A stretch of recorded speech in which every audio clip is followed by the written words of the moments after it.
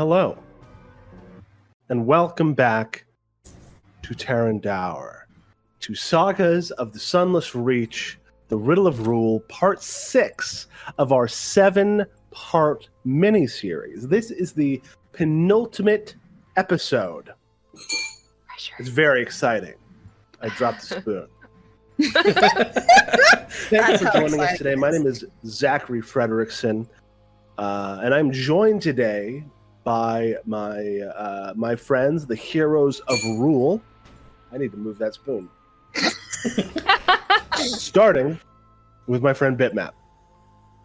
Hello, I am Bitmap Prager. You can find me on Twitter and Patreon at bmprager.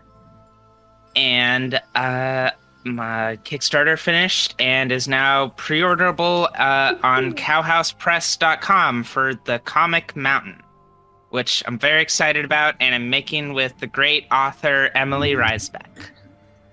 Emily, longtime friend of not just the show, but of my life. Very fantastic writer, fantastic podcaster too. Once upon a time, yeah, great all-around person. If you didn't get in on the Kickstarter, you should get that book.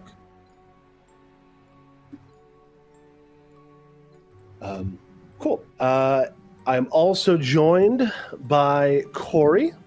Hi, I'm Cory. You can find me on Twitter at Endless Musings. I use he, him pronouns. Oh boy, I can't believe we're almost near the end. This is super exciting. It's time to finally crack the sky, everybody. It is time to bring them down. Likewise, I am joined by my friend Jade. Hello, I'm Jade. You can find me on Twitter at JadeOxRose. I use they, them pronouns, and I am a consummate podcaster. It's what I do. Check out more actual play content over at the Stones_Standing Twitter, and you can hear about all our different podcasts that we do. I'm in like 50 to 60% of them at any given time, apparently. You're very prolific. And finally, I am joined by my friend Mab. Hi, I'm Mab. You can find me on Twitter, Tumblr, and Patreon at Little Lady Mab. Dying currently, but you know, hanging in there. Doing shenanigans. It'll be fine.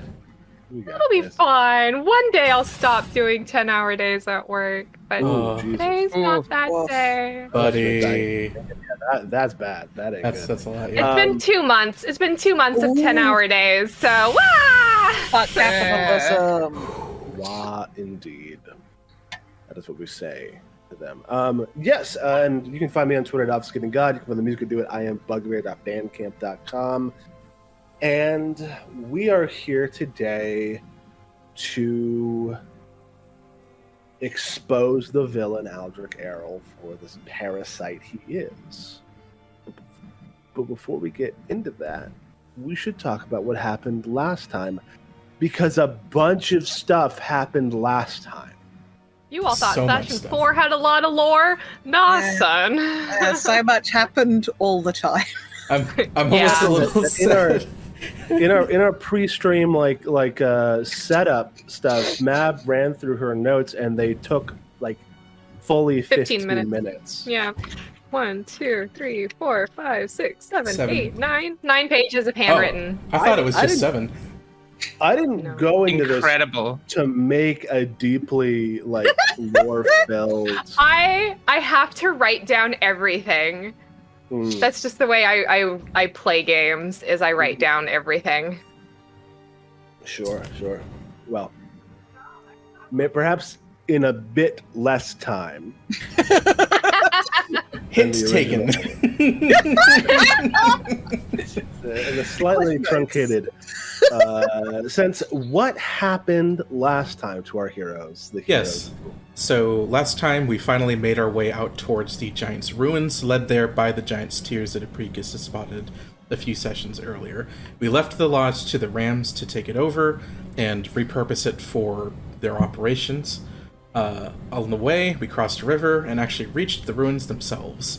The ruins themselves were filled with necromantic energy, and in particular, there was an altar at the back, which ELŽBIETA studied in detail. She saw there runes at the top, as well as a giant floating spectral nail. As we were about to disturb the ruins, we had someone interdict and call out that they wouldn't have us do that if he were them. I don't know how to pronounce that in the third person. But anyway, one of APRICUS's old rivals from the school showed up. We had Dr. Mortimer Paxton. Yeah, Dr. Mortimer Paxton. So familiar. We established one of our most beloved characters in one session, along with the likes of Sad like Jack. 10 seconds. Seriously. Like record time. We all love a good Zach NPC. We all do love a good Zach NPC. Yes, correct. So we get into a big standoff. He ends up to be working for one of the Earls, and was sent along to either dissuade us from disturbing these ruins or to take us out. As usual, our negotiations break down, and he ends up summoning a troop of zombies, in particular thanks to KSANA for that one, although I think we were fated for that anyway. And in the meantime, ELŽBIETA ends up disturbing the ruins anyway, and causes a haunt to occur, with a bunch of spectral nails which appear in a sort of death kite, all of those nails having these swirling, like, tortured faces around them, anguished. We take care of the zombies on the ground rather quickly, because thankfully we have people that can do positive and area damage. Shoutouts to Fireball. And the good doctor is forced instead to summon a giant skeleton, which gives us a bit more trouble, but we also managed to get that. In the meantime, ELŽBIETA starts clearing out the haunt by pulling nails from the ground.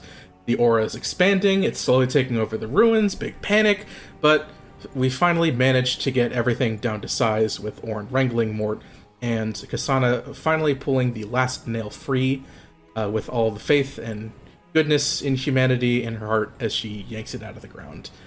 From this, we have sort of stars appear against the sky for a bit, and it almost seems like maybe we cleared it up, but no, it just turns out that it was actually us seeing into the silhouette of a galaxy instead.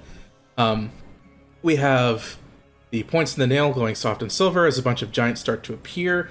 We don't know what they're saying, none of us speak giant, but we can tell they're thanking us, so we pay our respects, and after we do that, the sound of flapping wings and stars across the sky intensifies as the silhouette of a raven shows up.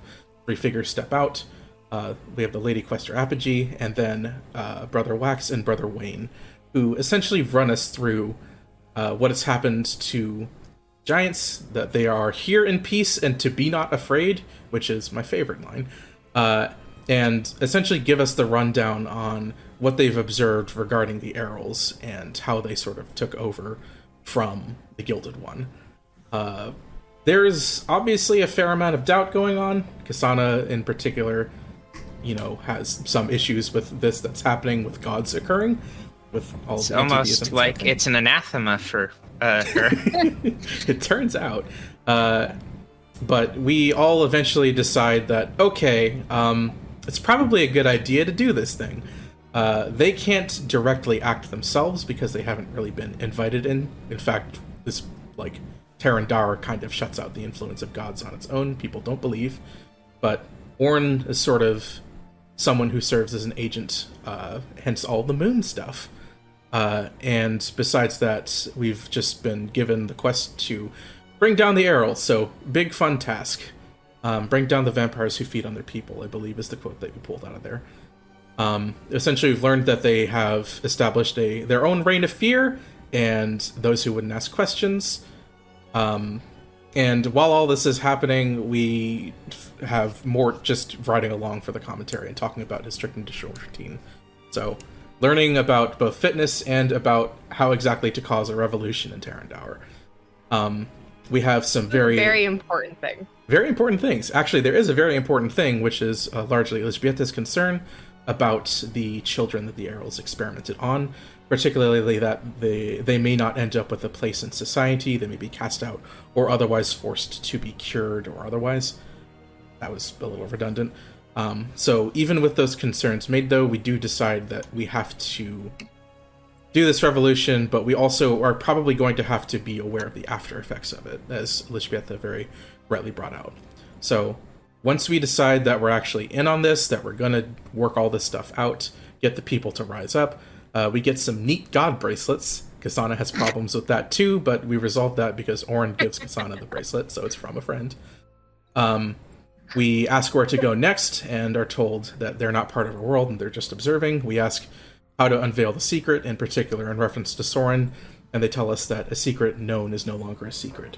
So we take it upon ourselves to speak to that secret, with Soren's permission, of course. When we return to the lodge after all of this, and also after having sort of press-ganged Mort into our order, we find that it's been fully recolored and repurposed by the Rams. We get into a little bit of here and there getting reoriented, and then KSANA finally gets up on the battlements, gives a massive cool speech, tells us that the Arrows suck and that they're vampires, and like they experiment on people and are causing a brain drain in the region. Yeah, they're understandably pretty pissed about that, and vindicated also, because that's like what they've been fighting against this entire time. And we have our first proper base of support. We do have some concerns from Soren as well, but you know, it's forward motion. The forward motion is the important part. We find some sources who we can lean on to inspire a riot. We find some leads that we could possibly pursue, including a pair of sisters that has been helping with seizing people, if I understood properly.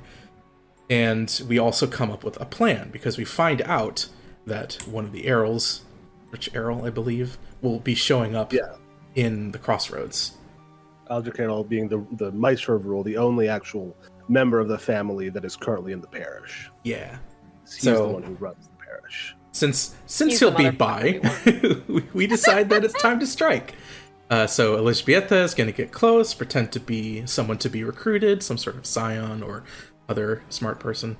APRICUS, in the meantime, puts together a plan with Alexei Vital and with Mort to crack the sky open and cause sun to come down and hopefully reveal that Aldrich is a vampire.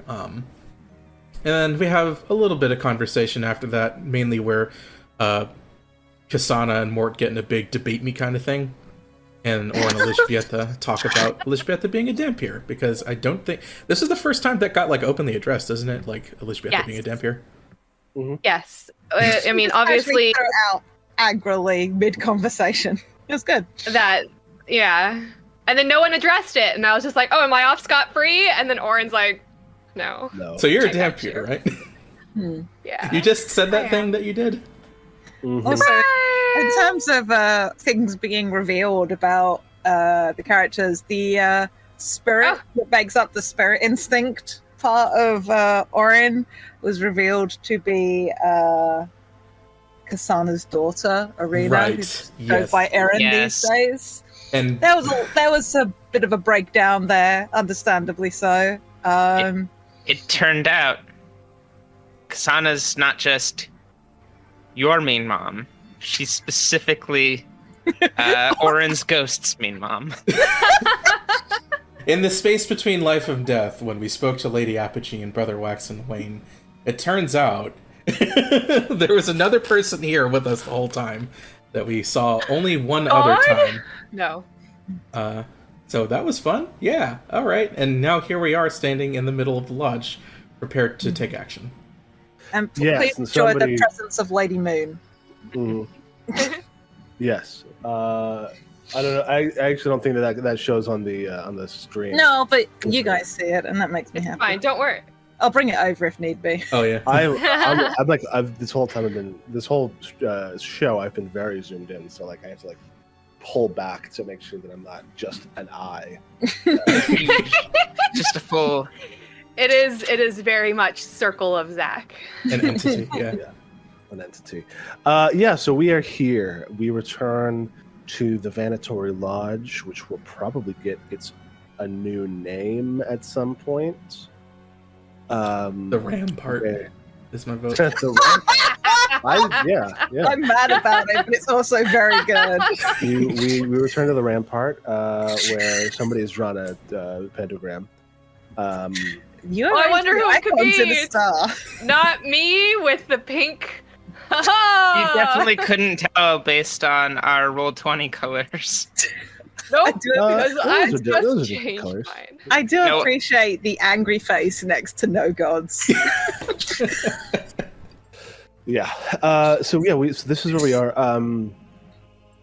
It's like the next day. You know, people have had a chance to heal up, and the wizards and the inventor have been hard at work through the night, building a device, the Cloud Break device. It looks like a. How would you describe how the Cloud Break device looks? I would say that a good part of it, it's like a telescope that you crossed with a outdoor grill. That's probably the easiest way. It's an interesting combination Barbecue the moon? of magecraft, of magic grade mirrors and focusing apertures that like kind of absorbs a bunch of light and then shoots it in the sky for magic. How has that been going, Apricus, that construction project?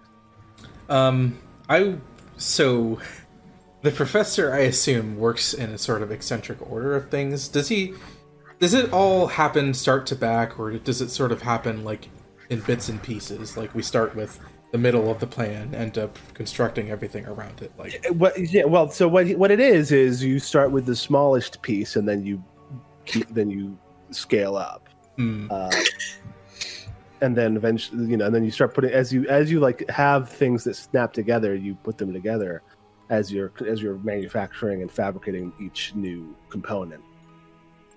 Yeah, I would say with a clear set of instructions, hopefully written down, it's probably been going decently well, but this doesn't include any banter that's being thrown back and forth between Apricus and the professor, and also Mort.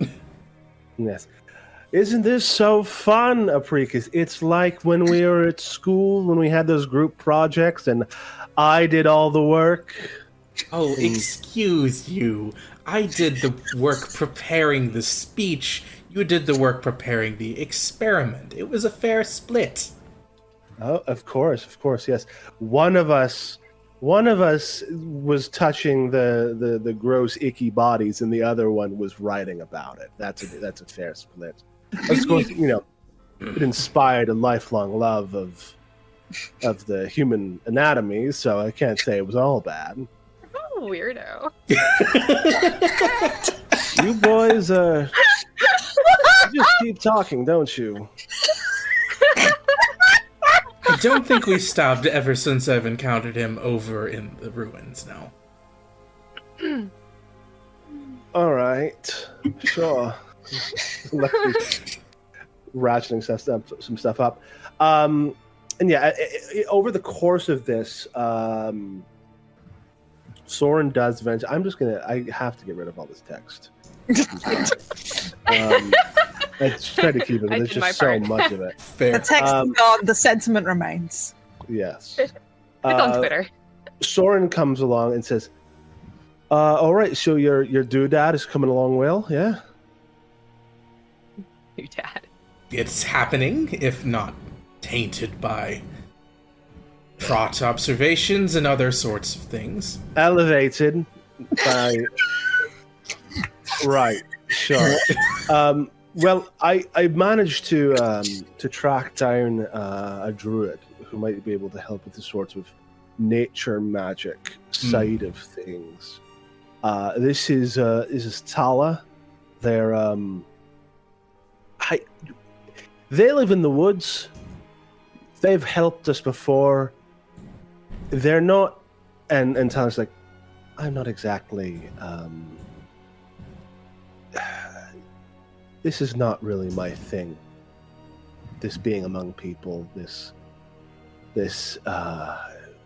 open warfare, but the land has been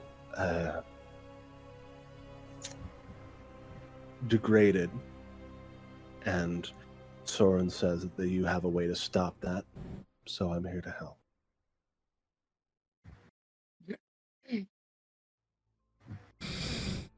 Yeah, I won't say it, but if you aren't going to be one more gnat in my ear, then I will totally appreciate it. Sure. Okay. Charmed. APRICUS That's the Luminary. weird. You hold that hand. I'm not usually around civilized people. That still feels like a weird thing to say to me. I was like, let them beast shape into a gnat. And Soren says, okay, so that's taken care of, and I'm not going to engage with that conversation. This is what's hard about. Fair. Get out of there as soon as you can. Yeah, as the druid Tala begins to help, and will be a member of the ritual when it comes time, because this will be the ritual, or as more and Alexia might call it the experiment. It's all the same kind of thing. The process. As Soren heads over to the other members of the party, and they say, all right, so what?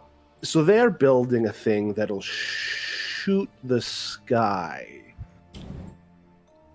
to do something. What is your side of this?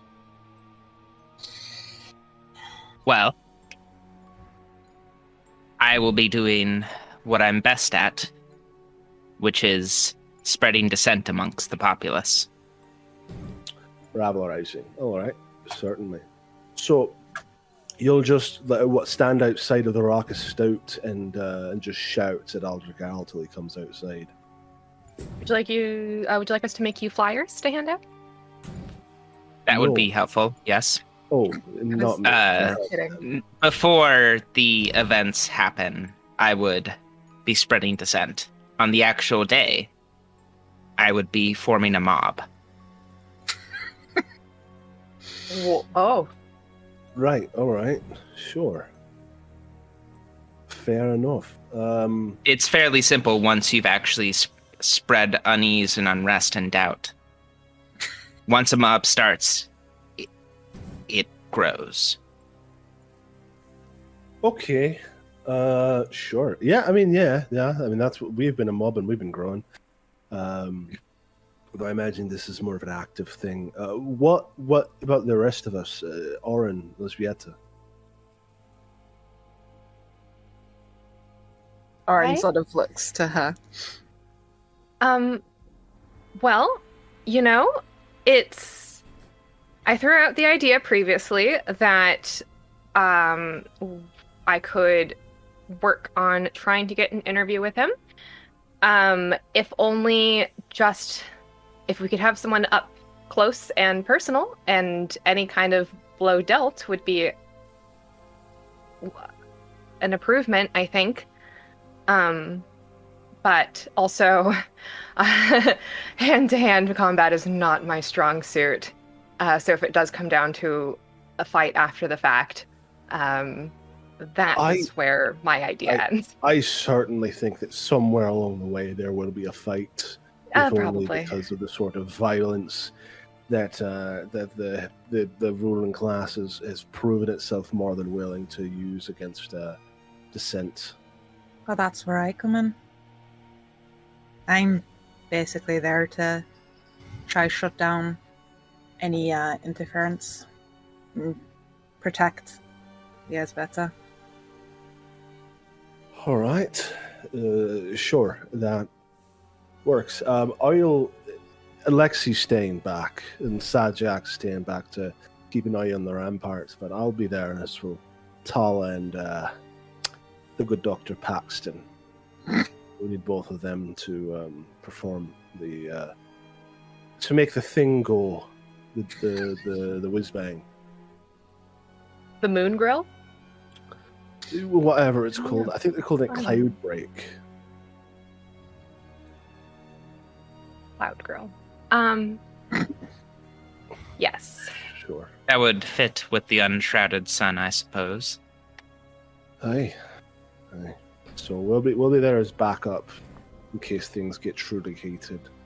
But I mean, I'd like to see that hopefully it doesn't come to that. But if we're able to stake the bastard in the middle of crossroads, then I mean, power to us, eh?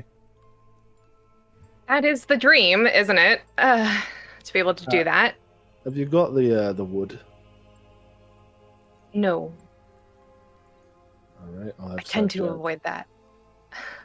Sajak head out and get us some sticks. Then those will be necessary. Is that the only way to end a vampire? That or Indeed. sunlight. Actually, if people want to make a undead lore or Vampire lore? religion Can I check- make a vampire lore check? Undead Vampire lore. Absolutely. Anyone, yeah. Oh, Jesus, that List. sucks butt. That was. Can I hero point that? I feel Yeah, like I should know more. Yeah. Actually, I'm just going to leave that there. So when it's grabbed one at the Is start of there the a session normal anyway. check that could be rolled for this? Religion. Be religion. Well, that also Okay. sucked, but That's not Better. as bad. I am a So- vampire, and I can. Okay, You're admittedly, not. You're a dampier. You're a studied current them. vampire. I book read about them. Uh-huh. So yes, so one, vampires. They heal fast. They don't have regeneration like a troll does, but they have fast healing, where their wounds quickly close. The problem with fast healing, honestly, is that you can't deactivate it like regeneration. Usually that doesn't matter, but for vampires, they aren't fully destroyed unless they are either burned in sunlight or staked. Well, actually, the vampire, to fully kill a vampire, you have to knock it down to 0 hit points. At which point it won't regenerate, because it's not regeneration; it's fasting. It falls asleep, and then if it is put into its coffin, it can regenerate. You have to knock it down to 0 hit points. You have to stake it, and then cut its head off and anoint it with holy water. I've got that last part covered. Also, they usually have some sort of compulsion, but that's all. That's kind of like a regional thing. You're not sure what exactly Tarandaurian vampires would have. If you brandish giant's tears, the flower, or a religious symbol of a non-evil deity, they can you can like kind of rebuke them, and after a little bit they make a will save to try to like move towards you, and that's an issue for them. Sunlight slows them, and if it slows them enough, it destroys them. And they drink blood, which is bad.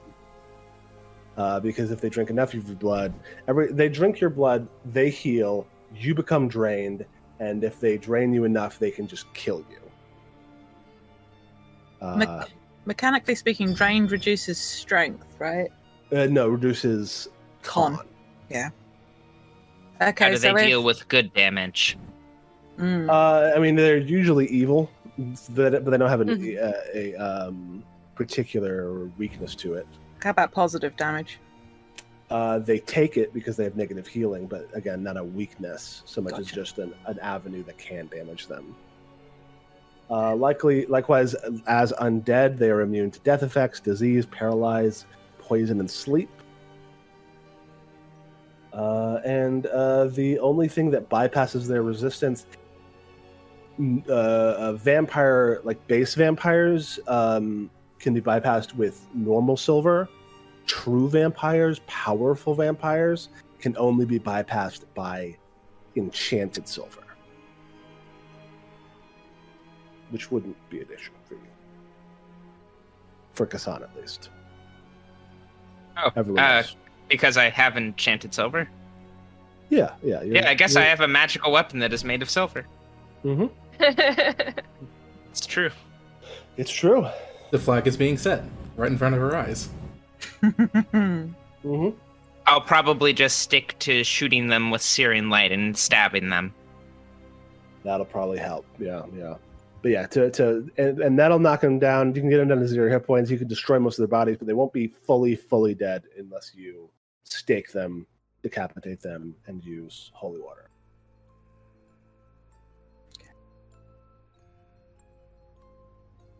Yeah, and then true vampires like leader vampires have other things, like they can transform into mist and fly. They can transform into animals. They can like summon animals like rats, bats, and wolves. Many of them can dominate people with their like just force of undead personality. Sparkling personality. If you do not feel particularly willful, try to stay out of their gaze. Or avert your gaze, perhaps, as a single action to get a bonus. Mhm. KSANA, the video game tips person. Love it. I'm gonna like beckon Mortimer over for a second, if I can steal him away from building. Yeah. He's like not wearing his cool goth overcoat. He's like in like a short sleeve button down white shirt and with like oily gloves now from working with the grease on the mirrors. And he like kind of hops over and is like, "Yeah, hi, fellow revolutionaries. How can I be of assistance?" So you're a necromancer, correct? Yes. Do you have any means of detecting if someone is an undead? Well, usually it's very obvious because of the bones. I hesitate to say funny man, so I won't say it. You shouldn't.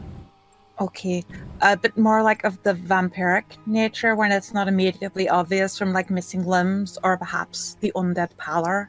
Oh, a vampire. Well, vampires, they almost always have blood red eyes and fangs. So that's, and very often a sort of pallid complexion. Like, Okay, I thought I would ask because we got jumped by a werewolf the other day, and if we're going to be dealing with more than one vampire, I would like to know about it ahead of time. Sure.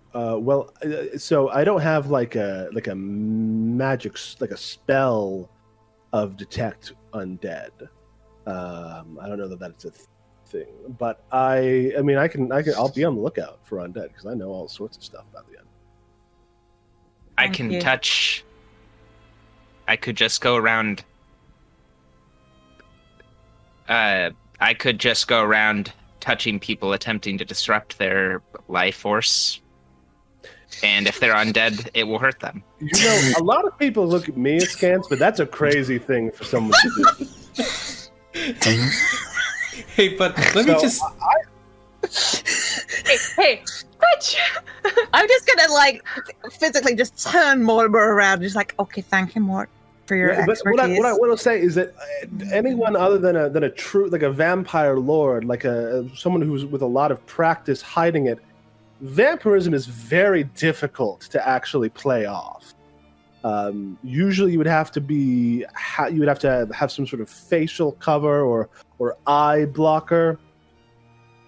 Like night goggles that are worn by all of the guards in... Like the night glass, yes. The riddle in Ruel. Yeah.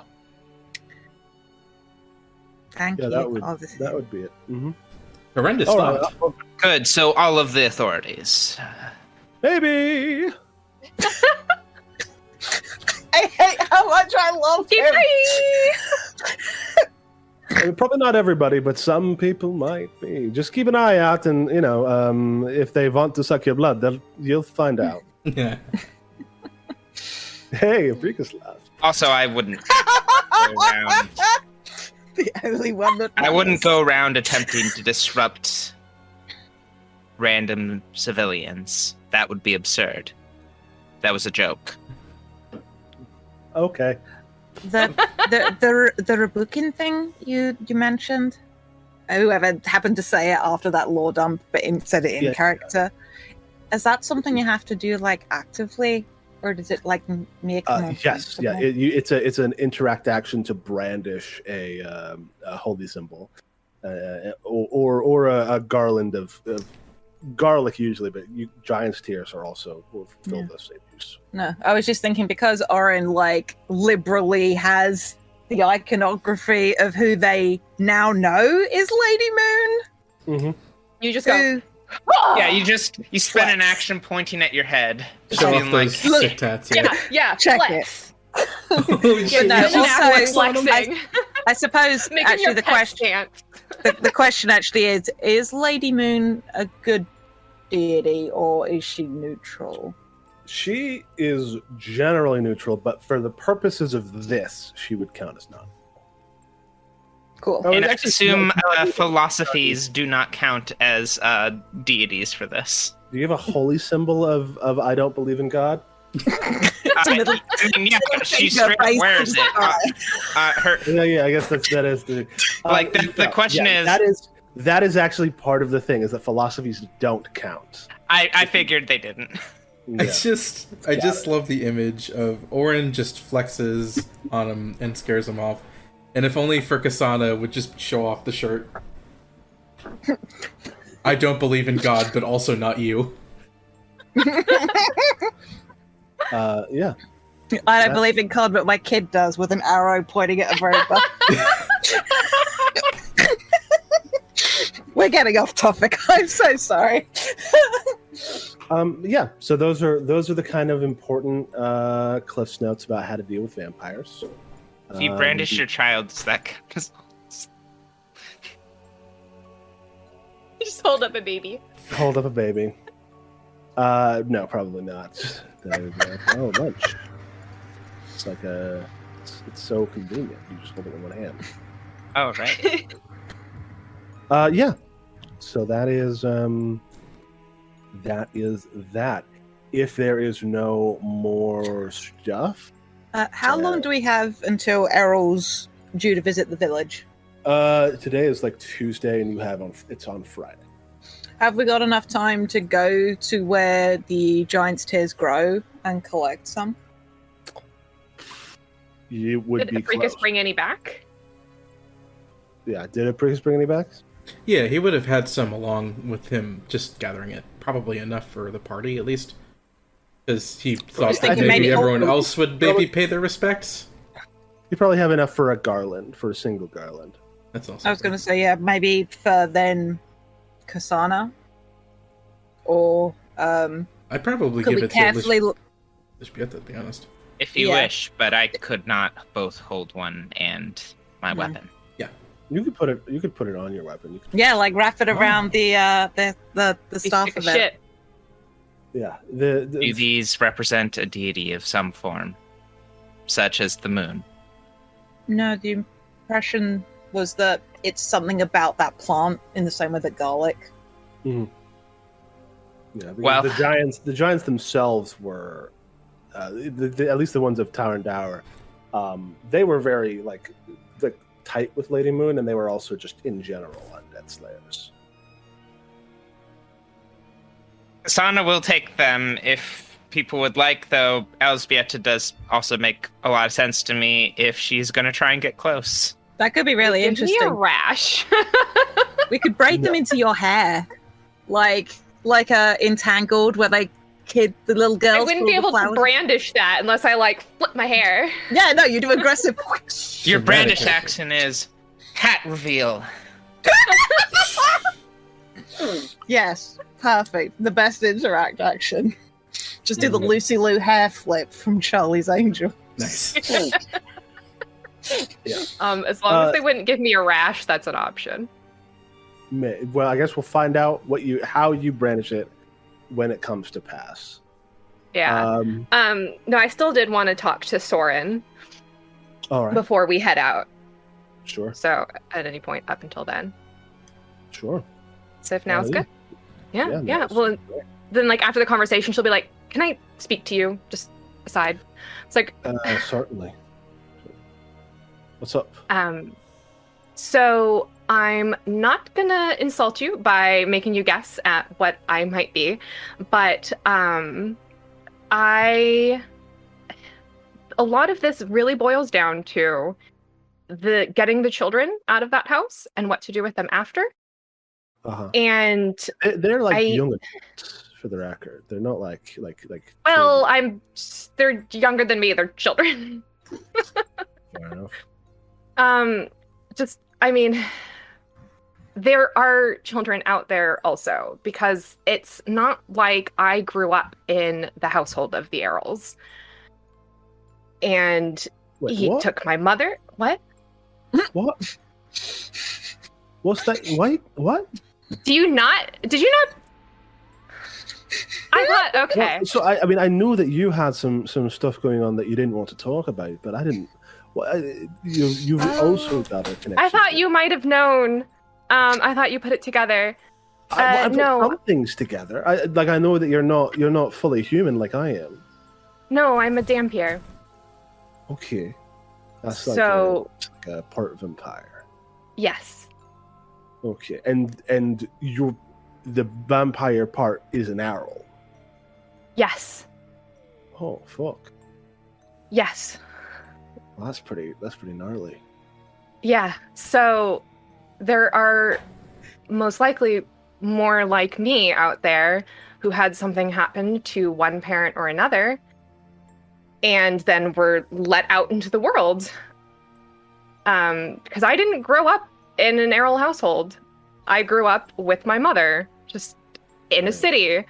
Like a So like an illegitimate child sort of thing. basically, yeah. So if I don't make it out, I'm leaving a letter with the professor to send to my mother with some gold.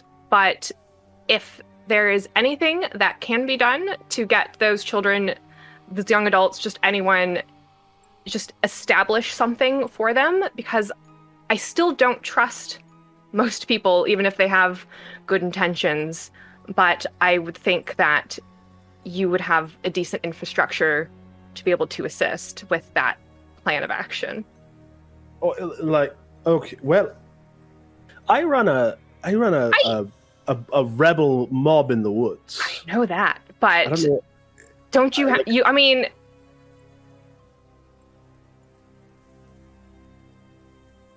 like any. I'm trying to think of the word. Like allies that you could pass them on to, or any way, like even getting them, to some other halfway house. I suppose that I could make that happen. Yeah. But I mean, we can make that happen because you're getting out of that. That's the ideal situation, but practically, I'm not too sure. Like I said, if I get up close to him, I don't know how well I can come out of that okay. ELŽBIETA, you are much smarter than me. So maybe you know something about our chances that I don't. But I know that I'm going to make sure that you get out of this one piece because I know fuck all about orphanage management. All right, for the sake of you not having to maintain an orphanage. I'm not Cosma Kiryu out here. That's a joke. Sorry. Loud and clear. All right. Yeah. How about you use that big brain of yours, not just to save these kids, but to save yourself. And I'll use. I don't know. I got a big brain. I got something else, and they twirl their pistol. Yeah, your little fancy shooting really does come in handy, actually. I got your back. All right. And we'll have theirs. Though, I mean, these folks that Errol took, what if Well, if they're fully turned, but if they're not like us, just halfway. It's really up to them what side they want to pick. Because if... Is it? They didn't ask for this any more than you or I did. No, that's not what I'm saying. I'm saying, will they be able to even make one? Oh, And they like touch their throat. I don't know. I don't want to find out. But that's just step 2 on the plan, is making sure that doesn't happen, right? Hey.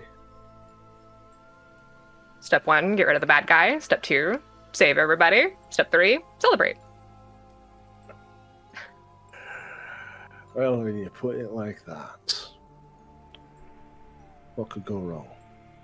Such a simple plan. All right. Shake on it.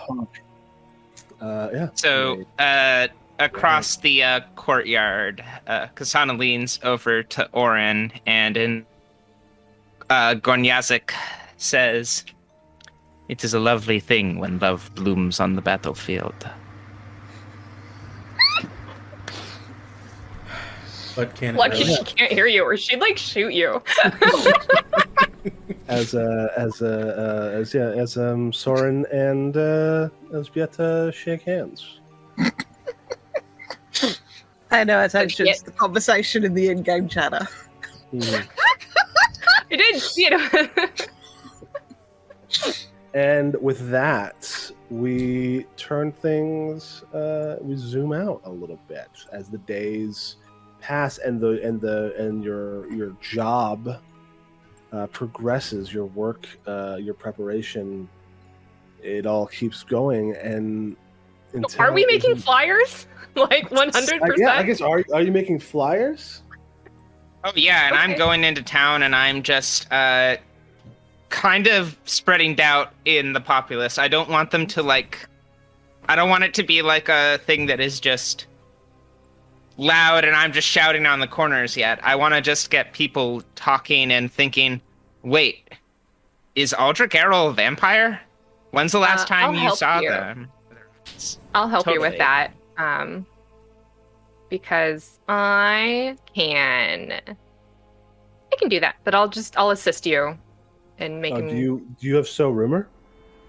No, I don't think I took that one. I didn't, but I still do have a decent skills, so I could still roll for it. Sure. I just have more interrogation things. I am Yeah, also if you an expert in diplomacy and have group impression. fantastic. So here's what's gonna. Yeah. Here's what we're gonna do. We're gonna do a diplomacy check. Because I didn't know you if- can aid KSANA. Yeah. Yeah, I don't know if yeah, clue in counts. Because that means clue in just means I don't have yeah. to roll for it. Well, no, clue in is yeah. You just give a +1 to somebody as they work along with side you in a mental check for a lead. Yeah. So yeah, so I'll say. So you're gonna be doing some diplomacy and intimidation checks later to whip the mob into up.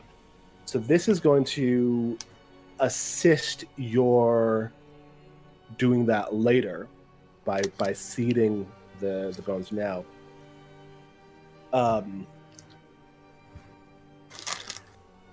What about a performance check? That could also work. I will just tell you, it's going to be a very hard check. Mechanically speaking, not between DC 25. You get a +1 from Elżbieta. And this And is then- for the groundwork. The groundwork, yeah, and if the amount that you succeed by will make it easier. Will make the check easier when it comes to the actual rabble rousing later. Only one person can help, right? I can let multiple people help. Because what I was thinking was I have a pretty decent stealth despite being incredibly large. I just like the thought of maybe like putting these flyers in places and like carving the symbol of Lady Moon onto like various places, just like, and like, you know, just like graffiti, just like Eldritch Owl sucks in more ways than one. This is not a sex joke. You know, Incredible. Yeah, little vampire teeth like the side, but just like, here. but yes, stealthing around, like basically it's like adding fuel to that fire, just like, yeah. Sure, yeah. So you're getting +1 from KSANA, and then yeah, you can roll a stealth check to aid as well, Orin. Was that with the +1 you said? No. KSANA's getting a +1 from Gotcha. ELЖBIETA. You're rolling normally to give KSANA an additional bonus. For 29. Wow. Oh, Boom. Almost a damn. crit. Almost So- a crit. If we're all being squad here, I do have Streetwise Together information. Could I maybe do that? Well, I'll say that you're pretty busy building a Okay. Yeah. doomsday device. Yeah, You've that's got true. a really big job ahead of you. Yeah. I was gonna also say, if I'm sneaking into town, like setting up any small pieces of the machinery for Cloudbreak, like, because obviously you don't want to have to roll up with the fucking cart with everything set up, but like, you're gonna have to roll up with a cart. Okay, Unfortunately, fair the way enough. that the machine is built. fair enough. But you'll part of this will be you'll place the machine, and that will. Yeah. well, then I'll, while doing my stealth around, look for a good place to put it. Sure. Yeah. Maybe clear some and- crates out of an alley or whatever. Yeah. Not many alleys, but certainly some fields, maybe. Sweet. So KSANA, you can roll your diplomacy check. The DC is 25, which, you know, everyone's smashing these Yeah. DCs. Well, if I'm doing diplomacy for this, You get a +2. so I have a 14 by default. So Cool. this is going to be plus. I'm going to just build that into the roll right now. Mm-hmm. Okay. So you'll just need to get like a 9, I think. All right. Let's see how well the rabble rousing goes. Oh! You rouse that rabble. Yeah. So you definitely start to like seed some doubt into the minds of people. People, they start thinking a little bit about like, hey, I mean, he always wears those goggles just like everyone else, but like that's just to help him see, right? And he like kind of talks usually from a distance. He doesn't really open his mouth too much. Weird. He is very pale, but I mean it's Tarandaur, right? There's no sunlight. And that stuff is all kind of swirling around as you all make your way towards the village of Crossroads, which is the central village within Ruel Parish. And this is the day that Aldrich Errol arrives to like the town hall meeting. By the time you get there, he is already present. You see an enormous carriage, like a stagecoach, being pulled, and not by horses, but by a strange wheeled thing. It looks like a bunch of boilers and wheels with like rubber bands, like thick rubber belts connected to like pistons and gears and stuff. Horseless carriage. Horseless carriage, as well as I'll just show you as you wheel the Cloudbreak machine over to Crossroads. You're hiding behind a building right now. Let's see. These guys are a little big. These guys are a little big. Yeah, you see standing guard at the doors of the Raucous Stout are 2 12-foot tall clockwork soldiers. Well, it's a good thing the lore I took had to do with clockwork, Yeah. which I actually didn't fill in. That'll be extremely helpful as an investigator. Mm-hmm. So Morta's there. Tala is there, and as you're moving up, you see Soren step out from behind a building and say, well, "All right, this is all about it's all about the truth. So this probably would be counterproductive." And they kind of unwind their scarf and their heavy jacket. They can move a little easier, and they're showing off their prismatic cat teeth with the fangs and the sharp teeth. We get new ORIN, Soren arts. Not ORIN. But yeah, boom. That out. Look at you. Question: can we bring those little clockwork pixies with us? Sure. Do we have? Yeah. Like 3 of them, don't we? You do have 3 of them. You would require a crafting check to program them. I was about to say, could I use my new clockwork check? Yeah, absolutely.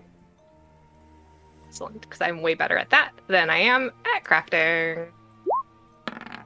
20. 20. Let me check the clockwork pixie.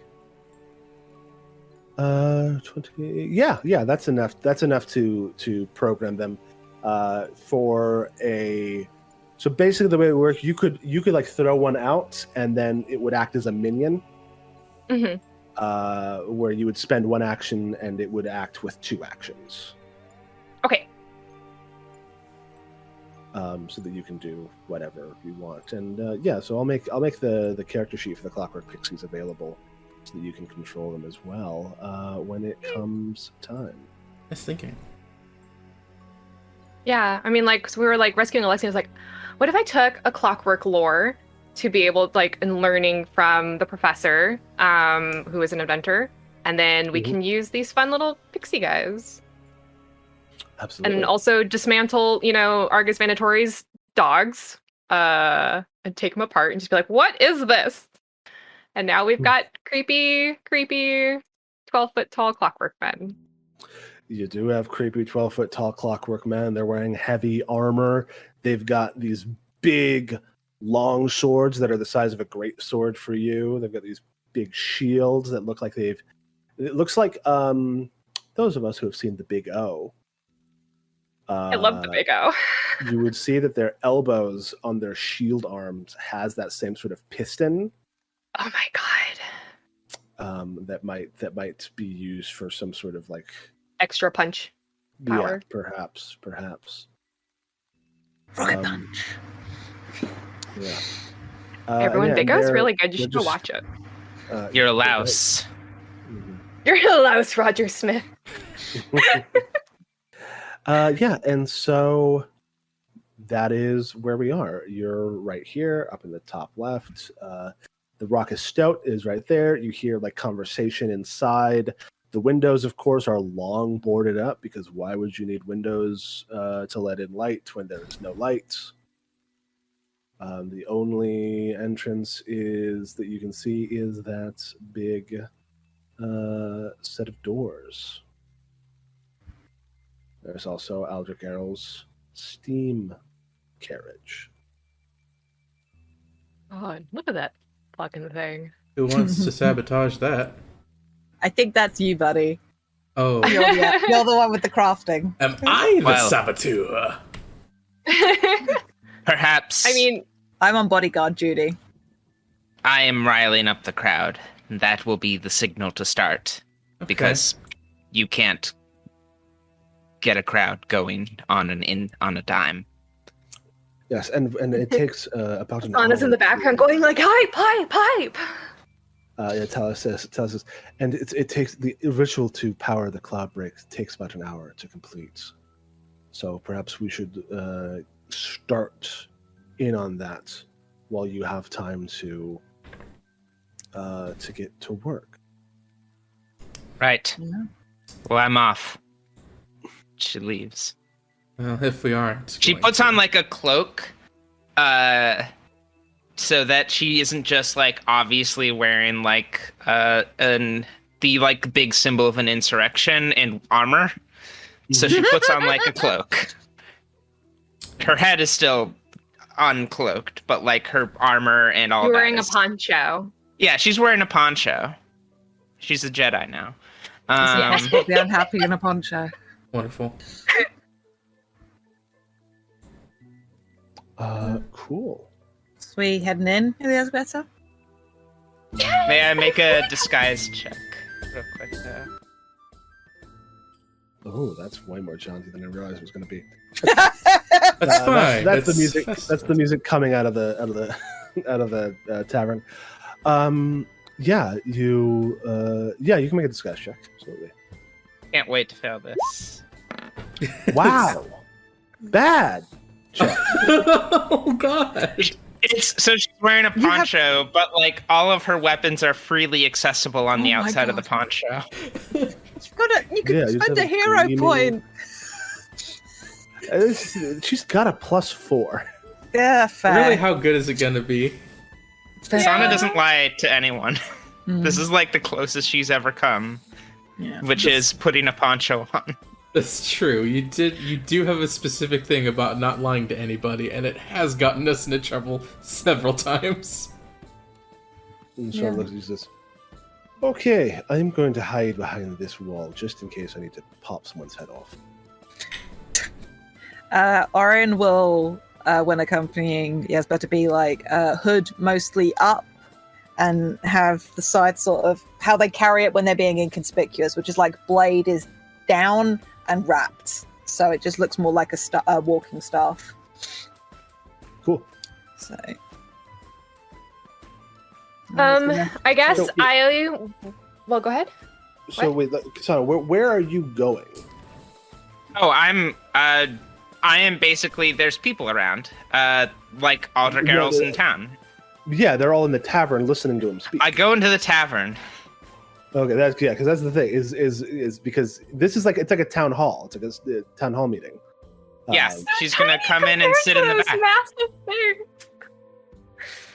They're so big. So are ELŽBIETA and Orin also going into the tavern? Yeah, should we have gone in first in case KSANA can't get in? Yes. Yeah, we can go in and be like just settled and then I inside. Yeah. Okay. But yeah, so I was gonna, cause we never, no one ever said if this was a good idea or not. But like, I think it's a great idea. she's gonna like try to make herself look a little bit younger. Because I do have an expert disguise kit. So just kind of like using that to just be like, no, I'm totally not here to kick your ass. But also like to look as like someone who was like interested in being one of his new bright minds to interview or whatever. Cool. And while this is all happening, APRICUS, you have access to the cloud break ritual, so you know like how that is all works. So that's actually going to be part of your job is figuring out where to place the cloud break device. Yeah, that's fair. to figure So that out. is the just But to I mean, like, also, sorry, go ahead first. You So to first. confirm with the rest of the group, is the plan that will he be out in the streets at some time? Are we going to try and lure him out? Because my other idea would be, what if I attempted to sabotage his little steam train and sent it running, and then his guards would be like kicking up a clockwork fuss, and then he would have to come out, and then you can go, wha-bam, clouds. That's an appreciable thought. I figure that the best place to set it off is going to be so it like floods the front of the inn with light. If either way, we're going to try and get him. He's either going to come outside because he's pissed. We said there's only one way out of that building, right? So when he leaves, it's going to have to be through that door. So, and that's also like the most obvious vantage point for anyone like still in the tavern, anybody that maybe isn't inside. So yeah. How big a burst can it make? So Depends on how the thing goes. But does the machine have to be under where you want it to be, or is it just like a matter of pointing it? It's within 30 feet of the ritual space. So Okay. You have, the ritual space, I'm assuming, is just the area of the machine here. yeah. And Jesus. Yeah, so Okay. best option would probably actually be me trying to get him to come out Yeah. by sabotaging his machine. I was going to say, or alternatively, quietly move it round so it's literally next to here, and then it's going to be within 30 feet of the door. Yeah, because then it'll be right about here, and then it'll make a burst. It's not a 30 burst foot about around the machine. It's a 30-foot burst within 30 feet of the machine. Yeah. Oh, We'd plant But it still does need to be wherever- closer. Yeah, Yeah. and it would get about this far out, which then would have its own radius of... Yeah. So I 60 think feet. parking up the cloud break next to the... That said, how big is it? If it's that narrow, put it in... Oh, no, because we just need to keep out of eye line of the soldier boys. Yep. So yeah, this This side is, of yeah, the... this is like the patio of the Rock of Stout. Yeah. You see like the spots where benches usually are, but they look like they've been dragged inside. Yeah. Yeah, and I'm assuming there's not really an outside that we can exploit, like on the other. So, yeah, then probably what APRICUS and crew will do is set it up so we're rolling out of sight down this way to keep out of the prying eyes of these guards here. And then when things pop off, when we start doing that ritual, the burst will end up somewhere around here and hopefully implicate somewhere within it. Should be 30 here and 30 here. So as long as they're standing right at the door, it should catch them. Mhm. And everyone in the tavern will see that too. Hopefully. Hopefully. Yeah. So there's a lot of things to keep in mind as this is going. But so in the meantime, what are the sequence of things that are happening? all right, then So I'm just I'll have going gone into in the first building. with ORIN then. Oh, is KSANA going in first? Or do you Well, want... I can go in oh, with y'all if that would be easier. To just go You in as said a you group. had your I mean- weapons on show, so I was kind of maybe we don't. The honor Someone roll we can don't stop her. associate with her. Someone can tell her maybe Maybe wait 5 minutes and then go in after us, I think is what the plan is here. if you insist. She waits over by So that's a 26 total on my deception, because I didn't add my +1 from the disguise kit. That's a better. Oh yeah. It's a good. It's a little bit better than KSANA's. It's almost Yeah, as if I have a +10. you like work up your hair and like tie it all up in a way that like makes it hard to like tell how long it is. How long and how red. Mm-hmm. As the two of you move in, the two clockwork guards kind of look down at you as you approach, but they don't like make any moves. I think it's like Okay. too fast for me to try and do a quick survey of them, because I don't want to stop and like study them. So I'd be a little suspicious. Yeah. So I guess we're just Go inside. walking past. Yeah. Wrong button. Wahoo! Yep. Yeah, you go inside. You see a lot.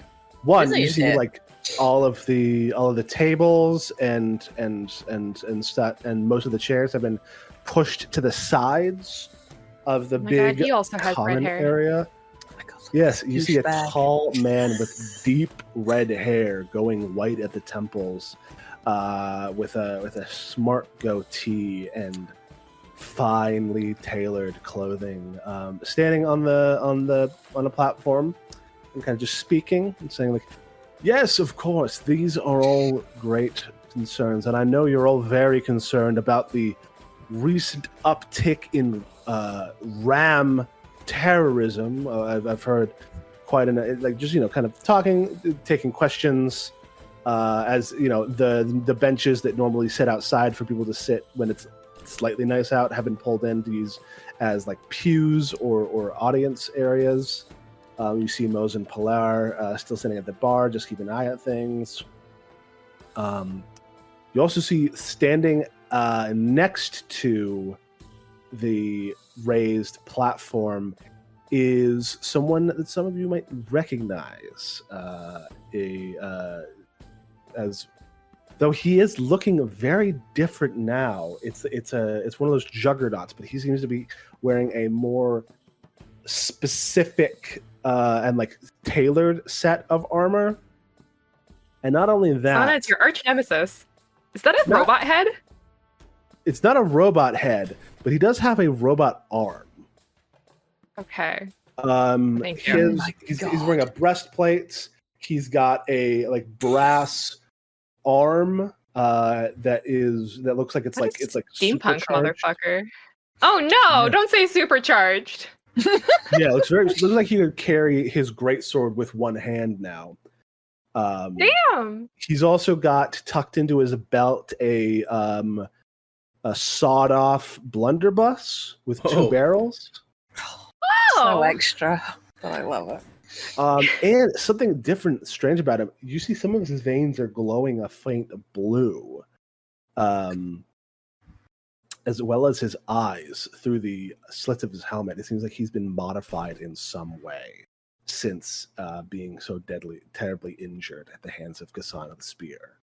Of course, he was on the other side of the fight from the two of you, so he probably wouldn't recognize you on sight, but you definitely recognize Luka Bogdanov. He's come back better than ever, baby. We can rebuild him. We can make him bigger, stronger, faster. Yeah. Sure wish you didn't. The 10 million gold piece man. But Aldrich Carroll kind of like flicks over to look at you like as you come in, barely really pays attention to you as you enter, because you're like just people, you know. Mm-hmm. And then just continues to do his thing, which is where he's just talking to the people of Rule. Do we want to grab a seat maybe off here on the side? Sort of give a hint of maybe like how big ORIN is, and then how you can put on the thing of being this super interested Errol fangirl, just like enraptured by his bullshit. You're a great actress. I believe it. That's what she was built to do. Yeah. Mm-hmm. Oh, did we get a steak from Jack? Did he go and get some steak? Okay. Just making sure. Hidden amongst your garments. Alder Carroll just, kind of shooting the rays, and he says, yes, and of course I have the letters, this round of letters from everybody. They're Mosin, your son is doing very well down in Coronant. He's made some great strides in water purification. His desalinization efforts, definitely the lack of many natural springs in Tarandaur means that it's very difficult to get a regular source of water, but he is really helping out over there. And Luka Bogdanov is like passing out letters.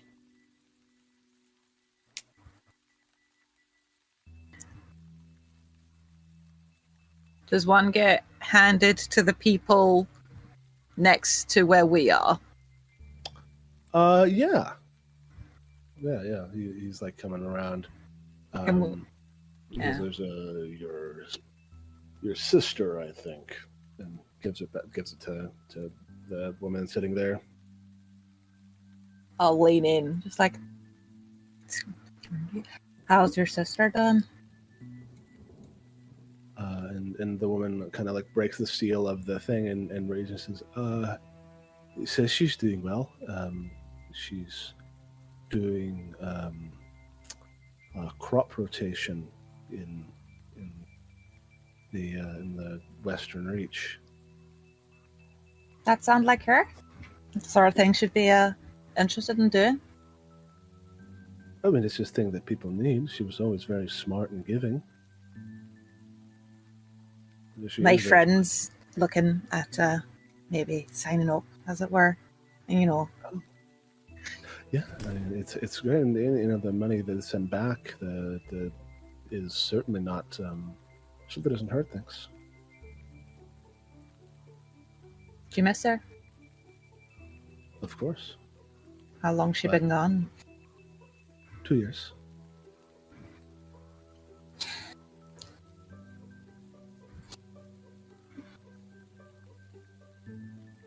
And it says, yes, and that is the things that I have ready. Those are my prepared statements, the important agenda pieces. So we can open it up. Tell me, my dear subjects, my dear neighbors, how is rule? Quickly, just to that woman I was speaking, just like, I hope Lady Moon shines down on you both. You know, even when you're apart, it's the same moon.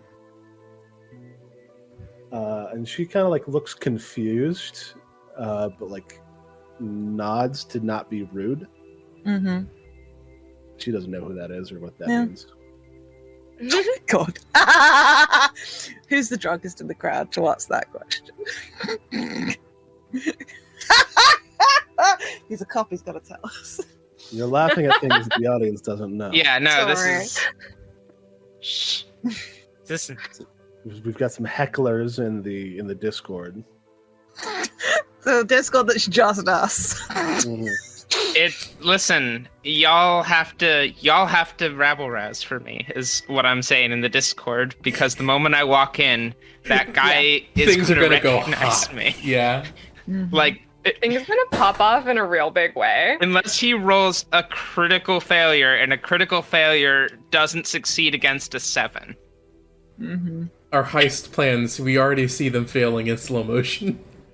Listen, if he starts running towards you, then I can make a break for Errol, so... All I'm saying, you gotta be the rabble rousers. We lowered the DC.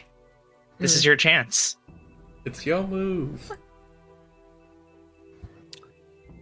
Yeah, so are you doing anything? Or because otherwise people are just going to ask, like, just talk and have, like, normal town hall stuff. Yeah. Orin has, like, no charisma.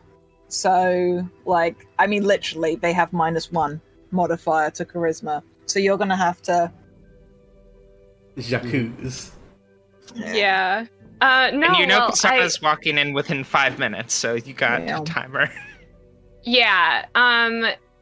I think part of it is just like ELŽBIETA just wants to like listen and like get a bunch of information at first, because also she hasn't been in this town or in this parish in general, and so she's still trying to like she's doing the crash course and catching up with what everything is and like where all the pieces lie, especially amongst the players in the tavern.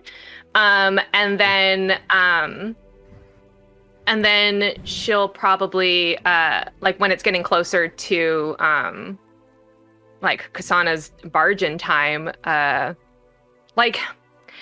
does she have to be like, hey, are you looking for new applicants, or is he gonna like call for them? Is that that's what I don't know. You don't know. Yeah, I don't know. Yeah, so you have to, with the information you have to decide how you're going to handle this. Yeah. If you can want to... wait, but if you wait, he could just leave.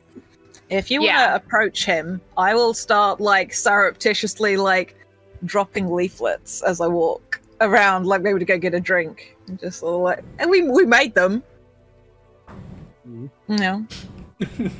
And I will like put my hood down, so the symbology like painted on is clearly, especially in a well lit room, just like this fucking 6'8" grayish bluish skinned individual painted up like a recruitment campaign for Lady Moon is just there, Mm-hmm.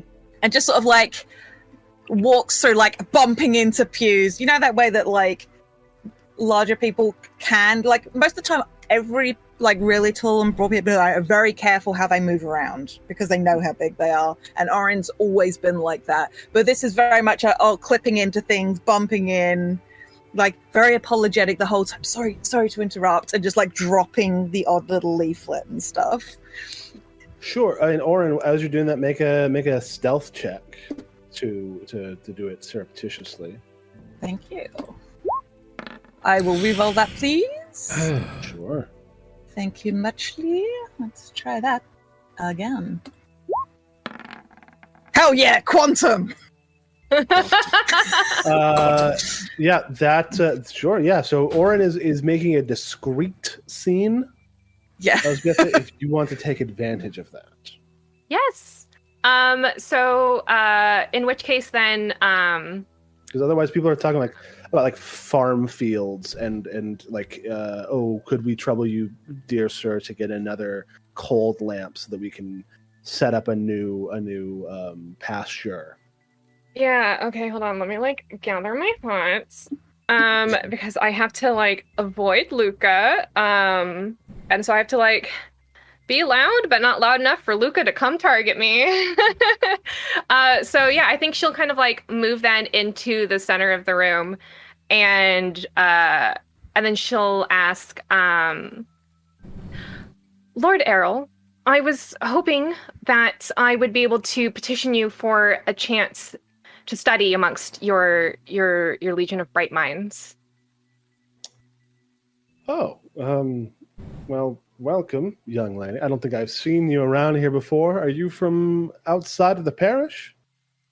Yes, I did just move here recently.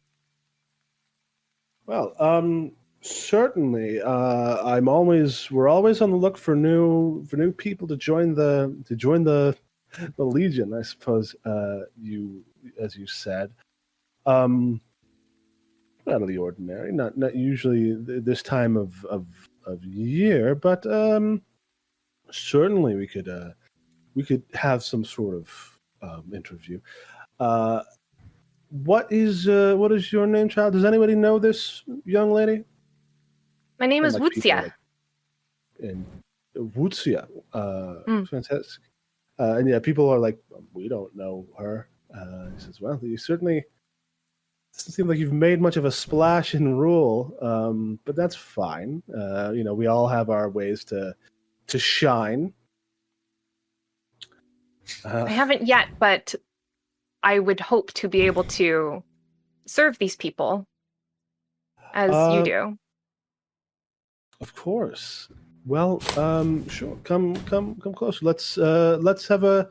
Are there any more concerns that the assembled villagers and people of Rule have that they would like to leverage or state before I end this quorum and meet with this prospective apprentice? Sana outside with Soren is. All right. It's been 5 minutes. Give me like 1 more minute. Yeah, I will know. Orin has sort of probably figured out enough about who Luca is to at least provide partial cover from a sight line from immediately being able to look at the door. Just like casually leaning against the bar. Mm-hmm. Hell of a thing. Yeah. All right. Well, she moves 25 feet around, so it's probably like 50 seconds before she gets done. Yeah, Elżbieta, you got one thing. You can do a thing. What do you do? Okay. Then in which case I will probably I'll step up to here and God, this juggernaut right up in my grill. He might not recognize you because you but the last time the other guy took me out in 1 hit. You'll be fine. I'm right here. I'm right here. No, you're all the way right there. Cool. So as you approach, I'm going to roll perception for Errol. This is going to be against your deception DC. With boy. I can get to him in a round. You're fine. And I feel fear. Okay, I feel fear. So he rolls a 30. As you come up, and you can't see his eyes through the night glass, but he does furrow his brows and says, Those eyes. That bone split. Young lady. And he kind of like hops off.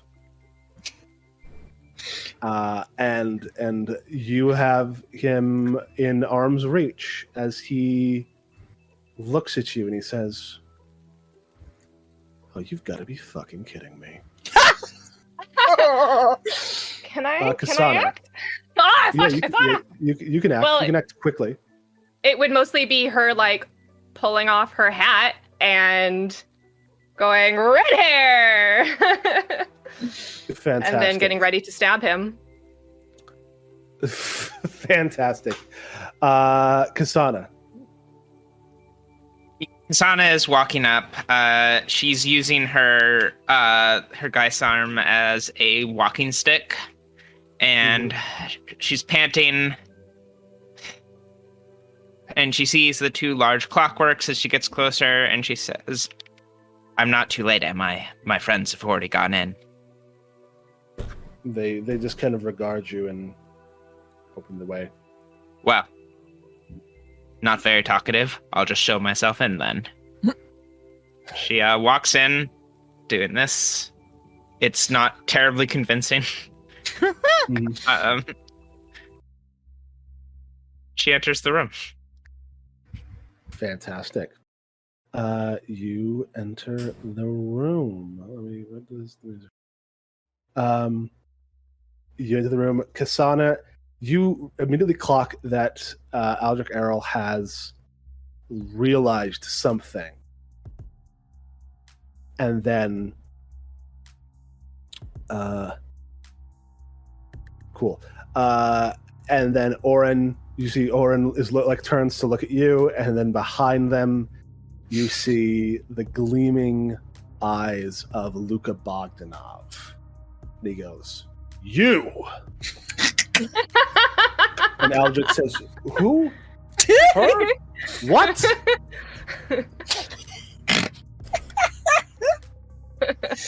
Meanwhile, KSANA makes her entry and locks eyes with Luca.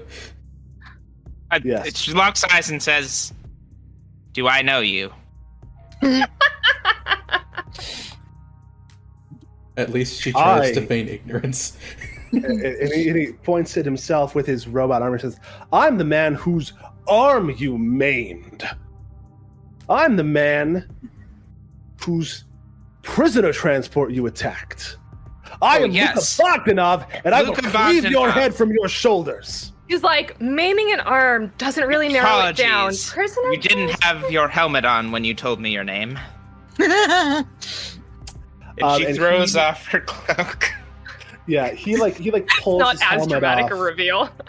You see, he's got the face. He has the kind of hands face. But one thing is that he has the side of one head, the side of his head shaved on one side, and you see a number of gleaming silver glyphs have been tattooed into the side of his head.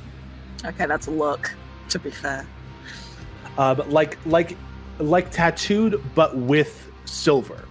Yeah. Like a metal tattoo, like an engraving almost. Yeah, go. Yeah, I'm fully prepared to step into his path as he approaches. So, the machine has been charged, correct? We haven't rolled that yet. So maybe we should do that to see how well that has gone.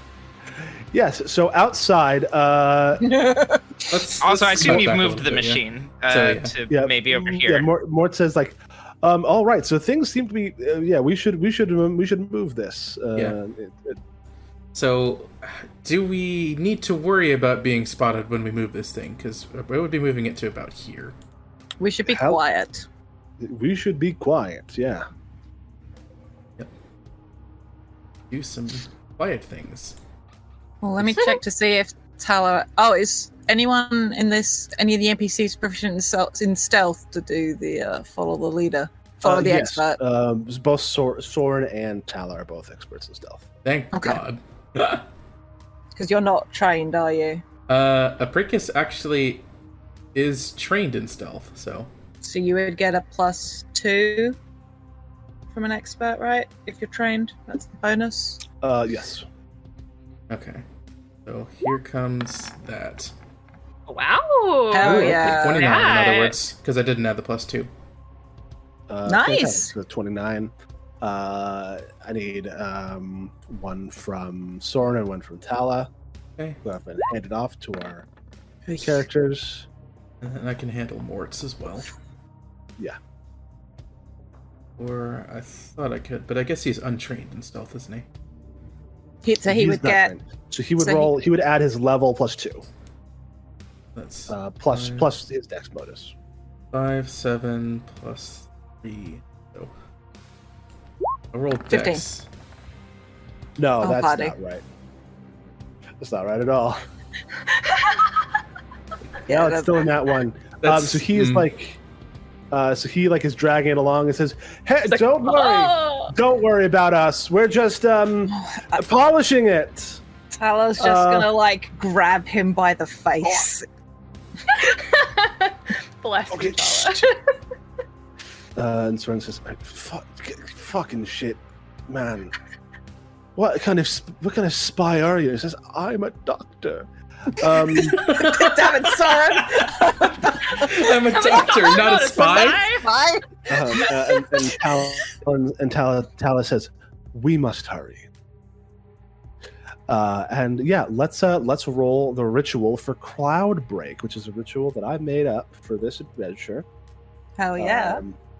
Pop that open on the screen for everyone. Pop Yeah. that up on the screen. It's a Gives me a third clue. level ritual. It requires 200 gold worth of Magecraft grade mirrors and crystals, which have already been handled. An hour of charging, which has mostly been handled. And now it requires a number of checks. First, the secondary checks for nature and crafting, which are DC 22 checks. Okay. A success on those does nothing but doesn't provide a penalty. A critical success confers a +2. And then there's the primary check, which is a DC 27 Arcana check. Right. So Tala's providing the nature check. And Mort's Uh-huh. providing the crafting check. Yep. He says, "Okay, let's organize Reroll. this." I'll That burn is my a- hero point for Mhm. that. As That is I'm a operating failure. Tala for the moment. There we go. Uh-huh.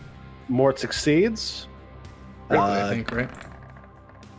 No, the DC is 22. Oh, sorry, And I Tala misread the succeeds. numbers.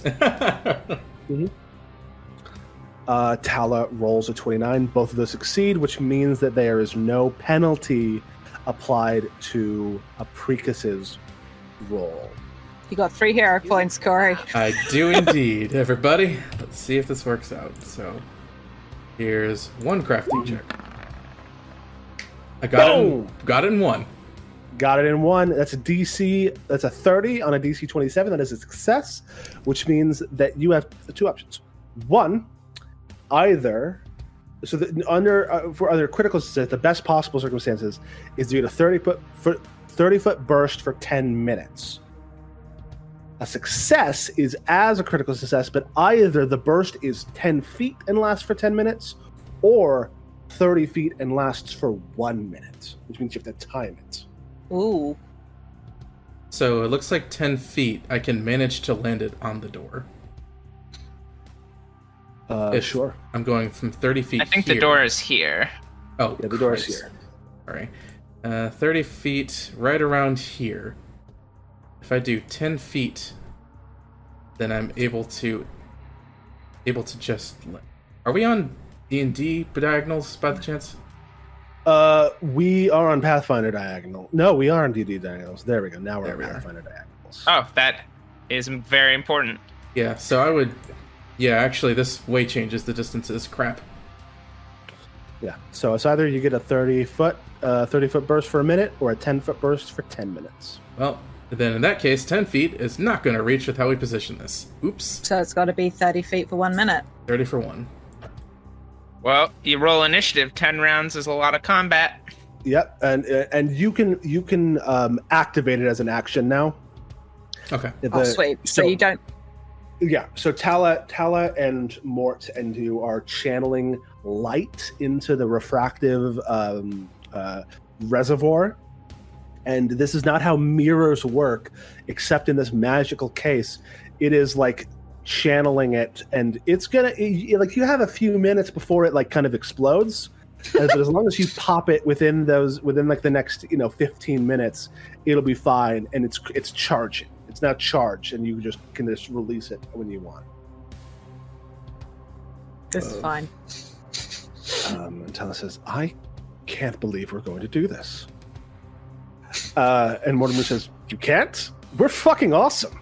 And Apricus just notes, "My entire life. And finally I'll get a glimpse of it." Yep. Meanwhile, inside, Luka Bogdanov, his sword still on his back, but pointing his skeletal brass hand at